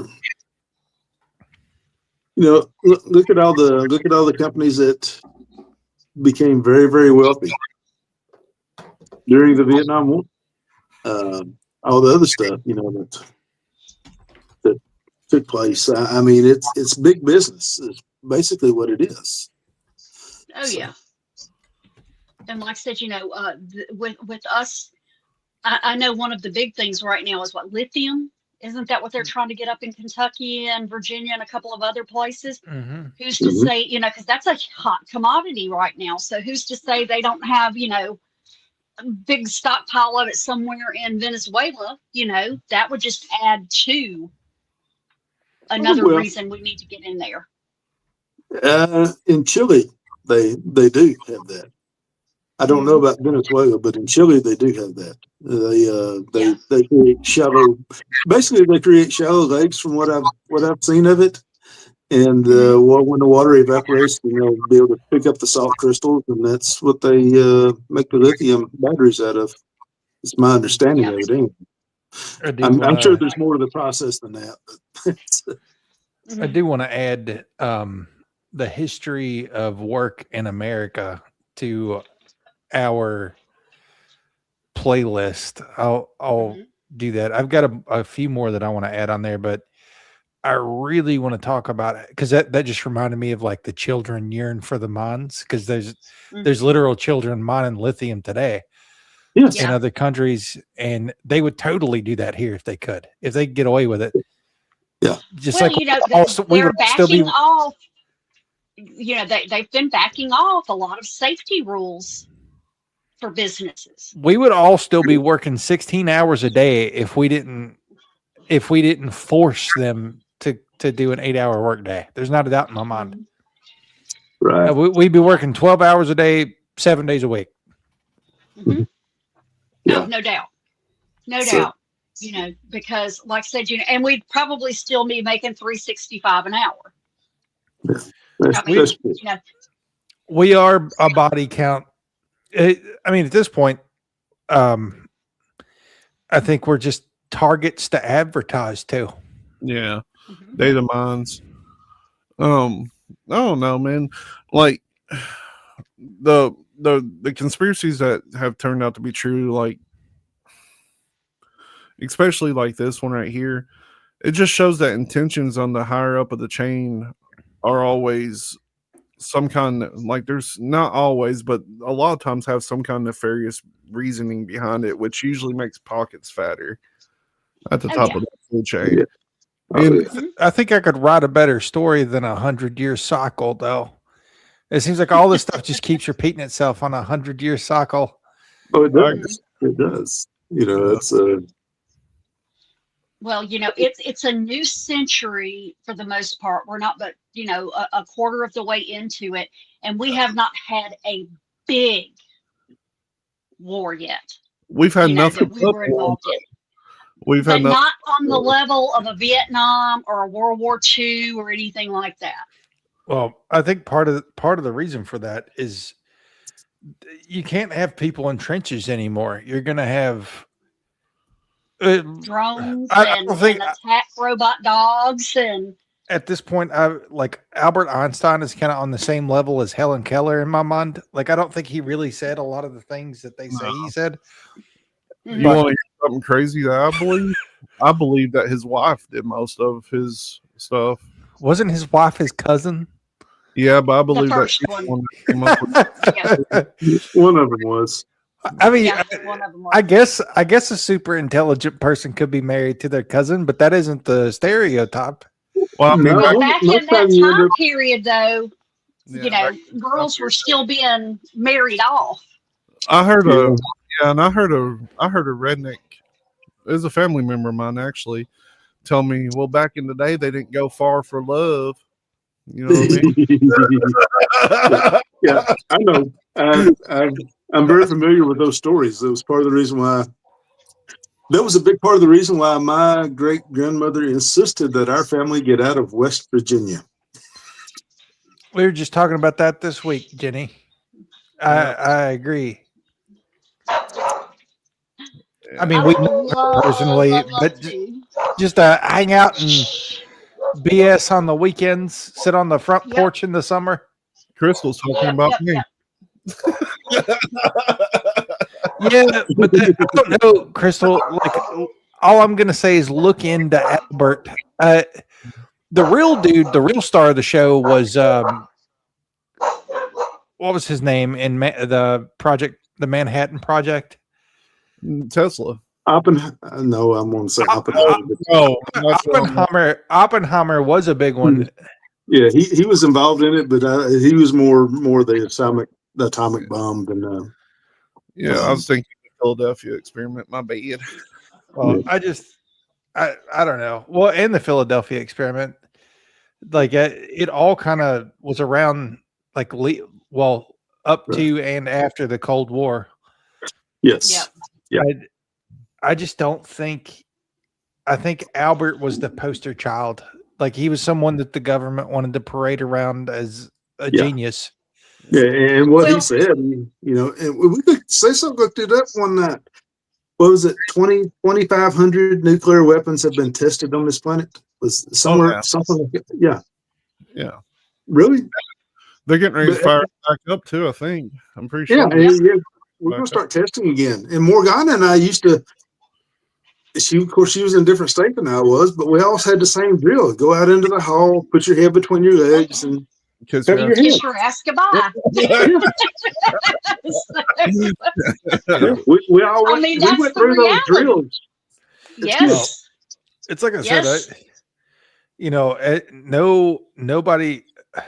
I don't know. Like if Well, anybody believed that a president could be different than what previous presidents would have been, all you need to see is what's happening now. Like Mhm. they're all the problem. Like Right. Yes. unless there's like a third party, which there never would be. No. If there was a third party candidate that wasn't affiliated with all these lobbies, and I don't know if you got to it about the what's his face being lobbied out of holding cosmetics accountable for having arsenic in their products. No, we didn't. We didn't. That Yeah, came out. No. That came out this week. Everybody was like, RFK is going to be the help, and he just got lobbied out of holding Yeah, He let the accountable. FDA slide on holding cosmetic companies accountable. You left Yeah. me and Madonna by ourselves, so we kind of got off track a little bit. We did like Well, and And but I'm that coming to I was derail 10 minutes everything. late too. Yeah, I just popped in to completely derail everything. This stuff's been weighing heavy on me today. But let's lighten it up a little bit, if you don't mind. Let's go to food. Let's go to food because Cecil at work, Cecil was having a debate today. yes. And I brought it up when I was the only person that popped on for the first 10 minutes earlier. In my personal belief, a hot dog is a sandwich. 100% It is a handheld sandwich. a sandwich. I think a distinct property of a sandwich would be having to start out like two-handed. No, you're wrong. I don't care what Google says. I mean, think about what a sandwich is. It's A sandwich is a dish typically consisting of various meats, cheeses, and sauces. Are you and reading from ChatGPT? Because I don't care what ChatGPT says. All right, Cecil, this is what I've come up with on the hot dog debate. Where did the word sandwich originate? We need to start From the there. Earl of Sandwich. From the Earl of Sandwich. The Earl of Sandwich is the story we've all been told. And funny Yes. thing, he split a bun in half, but didn't completely split it in half, and he put a hot dog in the middle of it and called it a sandwich. No, he did not. So, to me, Cecil, I've thought about this, and a hot dog is basically just an open-faced corn dog. No. Which is not a sandwich. I think a hot dog would be a handheld, but not a sandwich. This is an ongoing conspiracy that you guys don't know about. A long time ago, somebody said, we're going to just call them hot dogs. They're not sandwiches anymore. By your thought, what makes a hot dog a hot dog? Is it because they split the bun and you put the meat in there and it's not fully split? What's Didn't not buy- fried? Sandwiches? Are you saying sandwiches ain't fried? Because you can have fried chicken sandwich. By that thought, any Subway sandwich you get is a hot dog because they don't fully split the bun in half. Exactly. It's not about the bun. It's not about the bun. What I'm saying is it's about how you have to eat it. Like if you have to manhandle something with two hands, that's a sandwich. Okay, so when I hold a bologna sandwich with this one hand and I eat it like this, You've just got big hands. It doesn't count. that's no longer. I mean, if you weren't as big as Paul Bunyan, you wouldn't be able to do that. You know what? Okay, if you want to turn your Subway sandwich up like this and eat it the way a hot dog is, and then I'll let you call the Subway sandwich a hot dog. How do you eat? Wait a second. You said turn it like this and eat it? No, I'm saying I want you to turn your Subway sandwich with the cut facing vertical, and I want you to eat it like a hot dog. Do you eat a Subway sandwich sideways like a freaking Neanderthal? You don't understand what I'm saying. Hold the open side up of your Subway. I want you to orient it like a hot dog bun and eat it vertically. Okay, I want to say Subway is a Subway sandwich. They specify. A hot dog is named because of the meat, and a hamburger is named for the meat. Those two things are in their own category. Okay. Jesus Christ. This is one time we'll refer to Google. A sandwich, generally defined as food with filling like meat, cheese, and veggies between two or more slices of bread, or a split roll, or sometimes just topped with one slice. Open face is also a sandwich. It's simple, portable meat named after the Earl sandwich, allowing for endless variations from classic PB&J to burgers, wraps, and subs. There's still some debate that exists over items like hot dogs. I just won. No, you didn't. I There's some did. debate. There's some debate. It was a 2006 New York court ruling in a dispute over whether hot dogs count as sandwiches for tax purposes. Officially declared a hot dog is not a sandwich because the bun is single, connected by a piece of bread with a lengthwise split, not a horizontal split.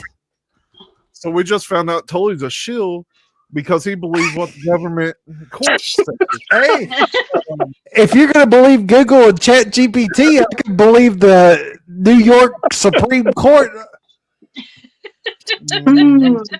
Yeah. So you already knew who was the man in black. So one of the men in black. Okay, I have another question, and I am going to judge you by your answer. Oh no. Ketchup on a hot dog. No. No, for me. No, I don't put ketchup on any of my sandwiches. No. Neither do I. Okay, good answer, people. Good answer. I've tried it before, and I'm not that much of a fan of it. I'm a fan of Cincinnati style hot dogs. I'm not familiar. It's the greatest thing on the planet. It's cheese counties. My favorite. Chili and cheese. Usually you get them. They come with. Well, Cincinnati chili is different than regular chili. It don't got beans in it. It's more of a chili sauce. Yeah, and it's sweet. It's not too sweet, and you got to put the hot sauce on there with it, and it comes with onions and mustard. And they're little. They're like this big, like little hot dogs. They're called conies. And then they put a big glob of cheese on top of them, and they close the box, and the residual heat melts the cheese. And then you just pour their signature hot sauce on them, and then take them to the dome. They're great. And my favorite hot dog sandwich is the one my wife makes. She gets the all beef thing from Costco. Sandwich. She cuts up. Is she too dead that I know what's happening?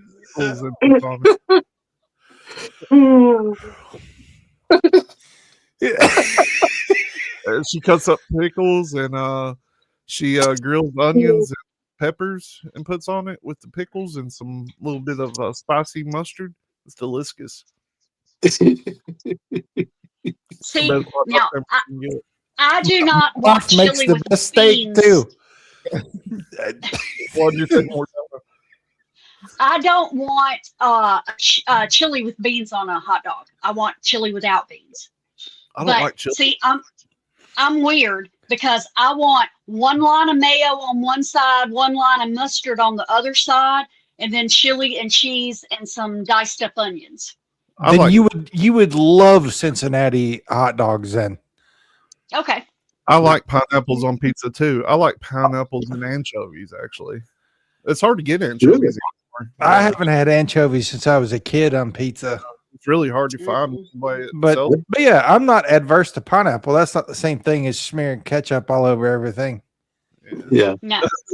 See, they could quit making ketchup tomorrow, and the only way I would know it was because everybody was bitching about it. No, I will say, on our journeys, we discovered Whataburger. And when we discovered Whataburger, we discovered spicy ketchup from Whataburger. Yeah. It is amazing. I have some in there, and I do eat that.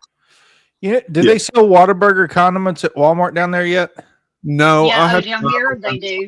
They do here now too. Yeah. They do here. That's where Mox spotted the spicy ketchup, spicy Whataburger ketchup. I'll get you some for Christmas. See, so they not only do they have the ketchup, but they have the we got the trio. We got the regular spicy, the fancy, and the mustard. Do you have the jalapeno ranch they use on their burgers? No, I would like some of that. I'll get you that. They make an awesome patty melt Yep. at Whataburger So- because they usually have jalapenos on it. Yeah. Ugh, it's so good. This is the sauce that comes on. I think there's spicy patty melt, maybe. Yeah. But you guys will be glad to know that I did decide on the first merchandise that's going to come out, and the first shirt is going to say "Hot dogs are a sandwich."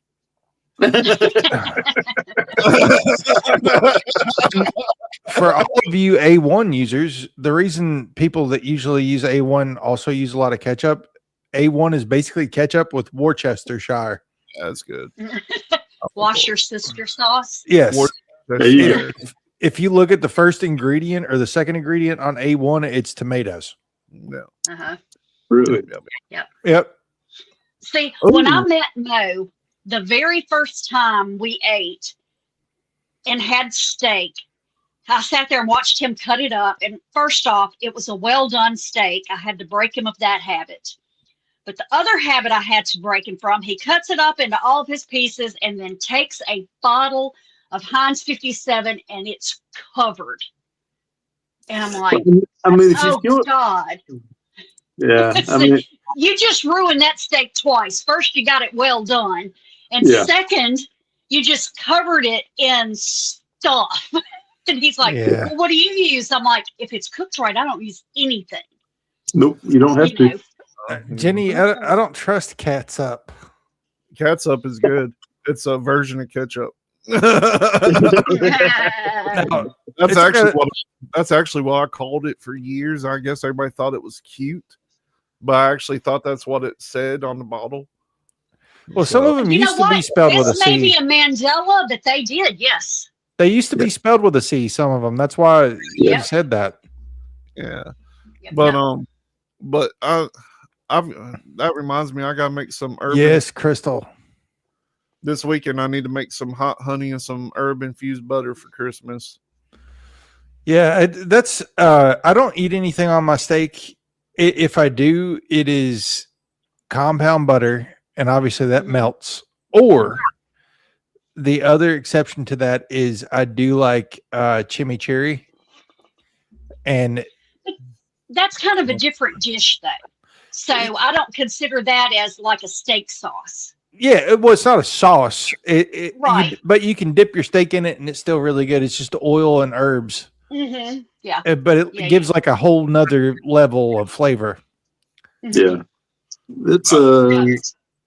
the horseradish based steak sauce is really good. If you've ever been able to find that and try it. No, what brand is that? I think the place where I've had that before was like a Saltgrass Steakhouse. I don't This know if might you had any of those. This might be an unpopular opinion, but A1 I really like on fried chicken. It's I really can't eat good. it anymore. And, I can't eat anything with tomatoes anymore. and I really My like son's that way. It breaks his mouth out. A1 sauce on regular plain wavy chips. Really? Yeah. I tell you what, the chicken that you can buy, it's already breaded and stuff that you go ahead and fry yourself. That's really good stuff. You can get the kind with the light breading on it, and then put Frank's hot sauce on it. Mm. That's really Yeah. good. Whenever we're struggling for groceries, I've discovered the art of wet chipping, was what I like to call it, and I put hot sauce on chips. Oh Usually, my god! If you like hot stuff, and we're not sponsored by this, but if you like hot stuff and you like buffalo, and I mean truly hot, not like Frank's hot, but like you get a little, like you eat 4 bites of it and you're like, okay, it's building. Yeah. And you love buffalo, I found the holy grail of buffalo I've sauce. never been to Buffalo. You have? I've never been to Buffalo. I've never been to Buffalo either. Yeah. See, here's my thing. Okay, I'm not crazy about buffalo flavor. I'm not crazy about horseradish flavor. When something starts getting really hot, as far as spice goes, my taste buds translated into salt. Well, this ain't uncomfortable hot, but it's like, let's say Tapatio, like Tapatio hot. Okay. Which Tapatio is a lot hotter than Frank's. If you've tuned yeah. in by this point, we're in after hours. This is when we usually go off on food. Also, give us a follow if you're listening this far. Yeah. There's a lot of people that listen and don't follow. There's a lot of people that listen and don't comment. A lot of followers that listen and don't comment. Which is cool, whatever. But yeah, hit follow, grab your mom's phone, follow us on her YouTube channel, wherever you follow us. Okay, Landa, we're on the same page. The only thing that's ever made me uncomfortably hot, and I love hot food. Like I used to go to Buffalo Wild Wings and I'd take down 24 blazing wings, you know what I'm saying, without taking a drink. We were consuming some alcohol one night and I was feeling a little tipsy. Tully says, "Here's a chip." I don't remember what it was for. And so everybody wanted me to try this chip, so I ate it. Instantly got sober. Instantly got sick. Like, insane. That's the hottest thing I've ever seen in my life. What are they called? I've got one up here. It's the hot chip challenge. The Pakula, whatever. Packy. The Packy. Yep. Or Pocky. Yeah, Cecil did the one chip challenge. And he's like, I could do this no problem because I eat Reapers out of my freezer. Yeah. And he ate it and then is like, oh, for the next 2 hours. I threw up. It made me throw up. It was insane. I've never ate anything that hot in my life. And I've ate like in Cecil's defense, I have personally witnessed him pull Carolina Reapers out of his freezer and eat them raw with the seeds. Yeah. But the stuff on those chips are an extract, so it'd be like eating 100 of those at once. Wow. Yeah, I tried some. Yeah, I tried some hot sauce one time. It was, I don't know, that Mad Dog 357 or Mad Dog 44 or something like that. The Mad Dog 357. Yeah. It's the 357. 357. Yeah, I tried that one time. Ooh, that was hot. I used about as much as what I would normally use like Louisiana hot sauce. I shouldn't have got that much. Well, I would assume that if you open your mouth and sprayed mace in it, it would be less hot than that one chip. It actually kind of smells. It kind of smells like mace. But Mo bought 2 of them for Steven because Steven eats stuff like you guys eat stuff. I mean, the hotter it is, the better. And he finally found one of his buddies that was willing to do it with him. He goes, "Nope, never again."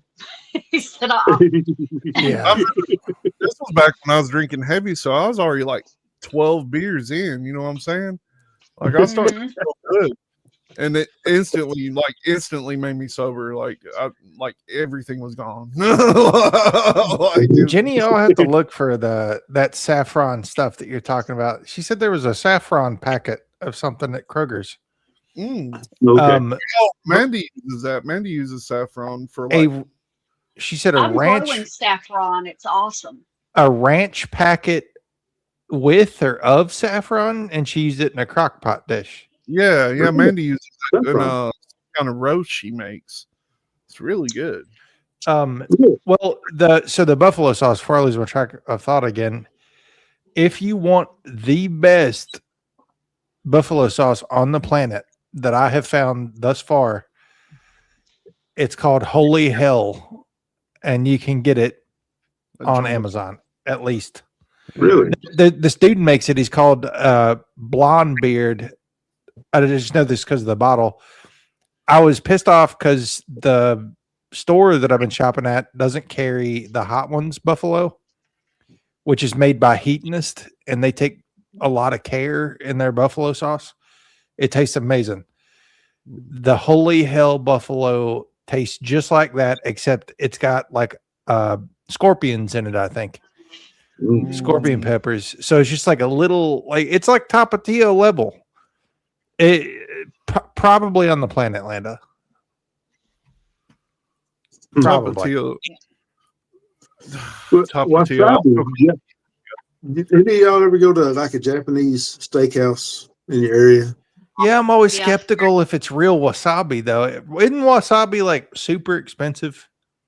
I Not don't know. really. Most time they'll give it to you if you order their rolls. You know, I mean their crab rolls, stuff like that.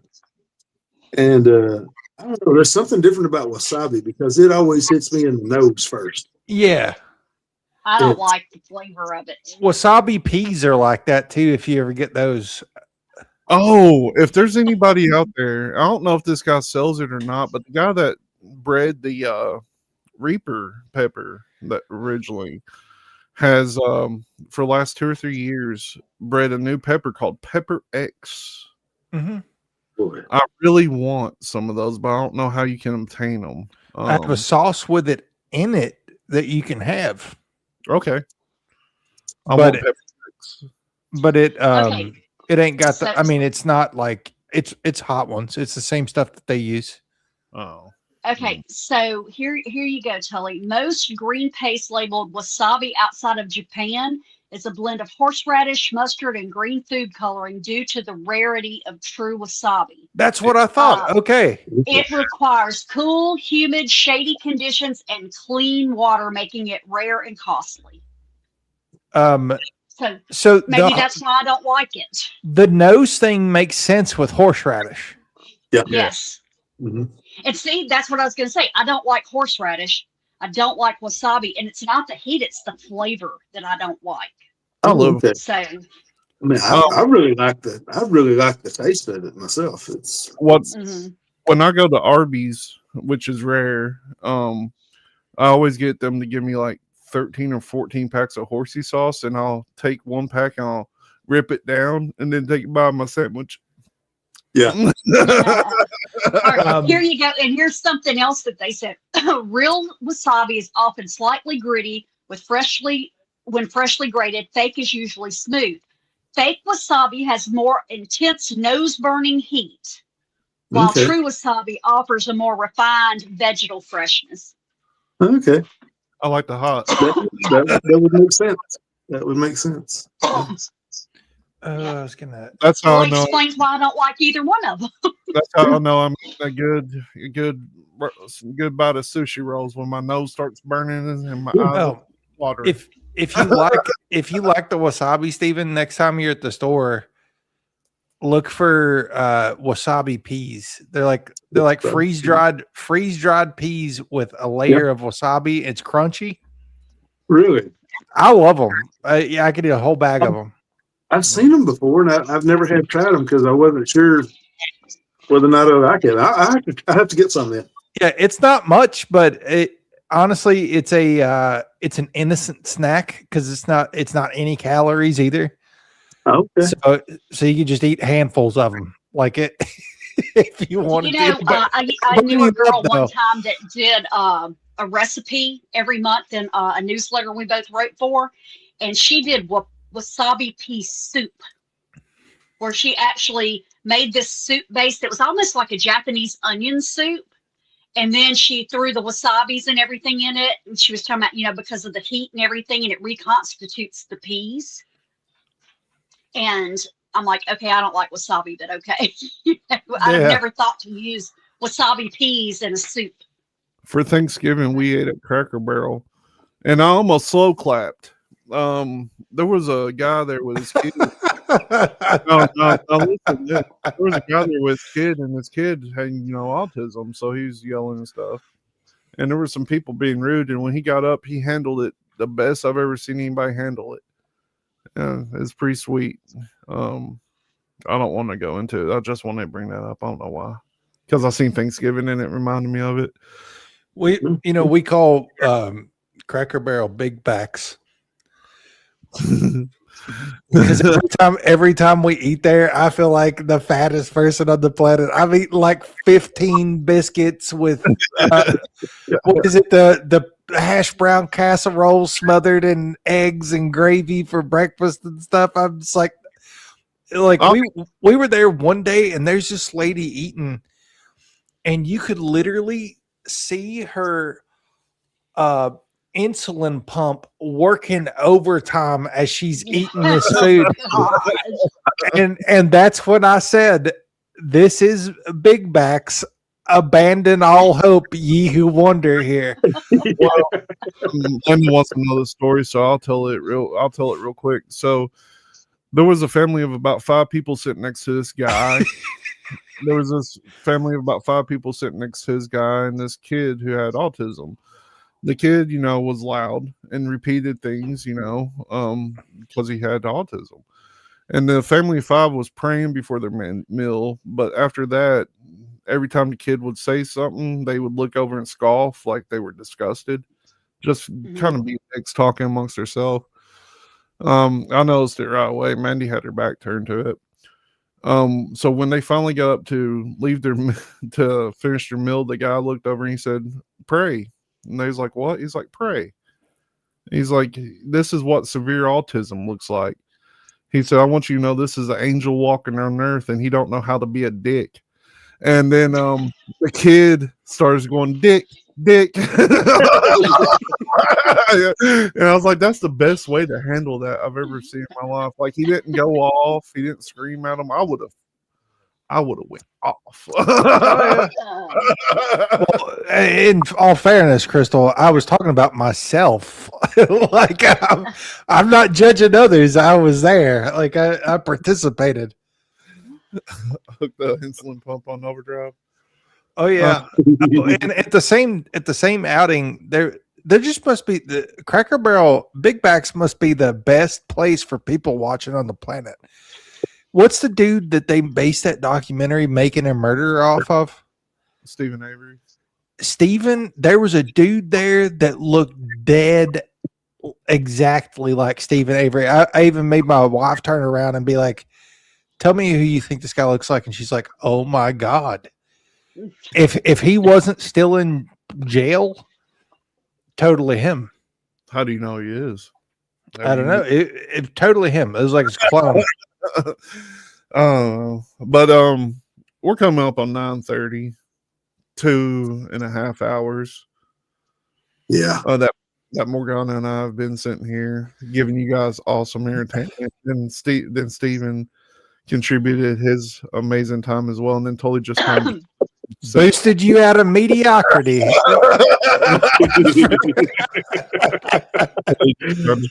got the hot dog debate in. And Yep.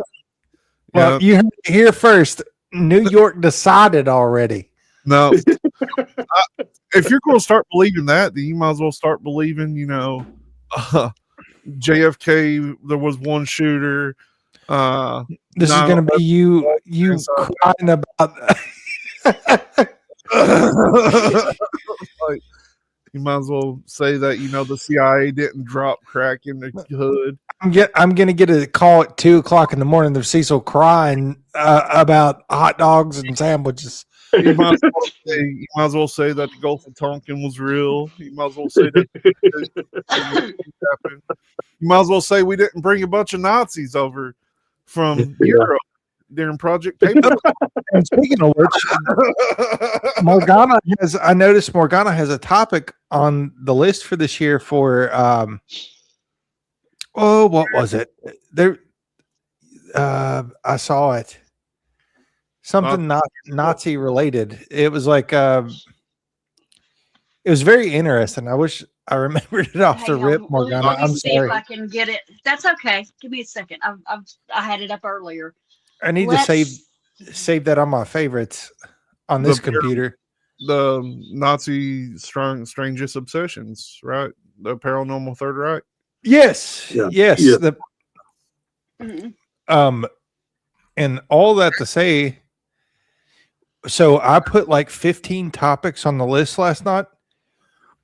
Anybody out there that wants a topic, just throw it in the chat or comment it on a video if you're not comfortable talking like on the live stream.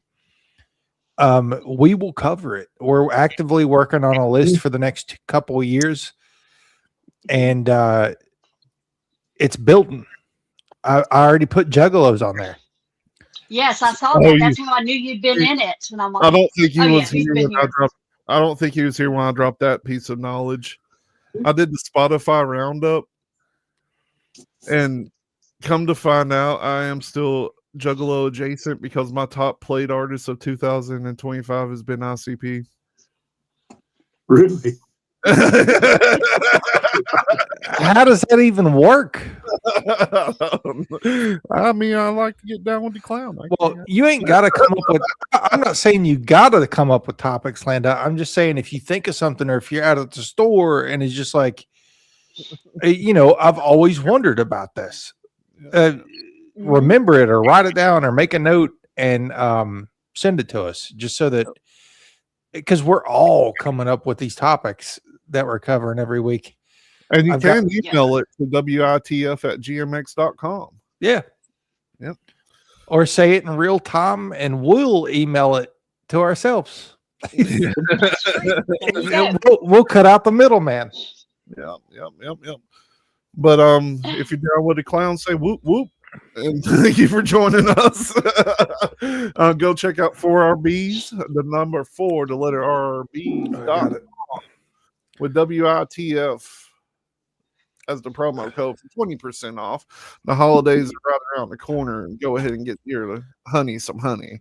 And let's see, next week, join us again at 7 p.m. Eastern Time as we cover the news you may not have heard so much. And thank you all for watching us, because we are watching you. See you, Jenny.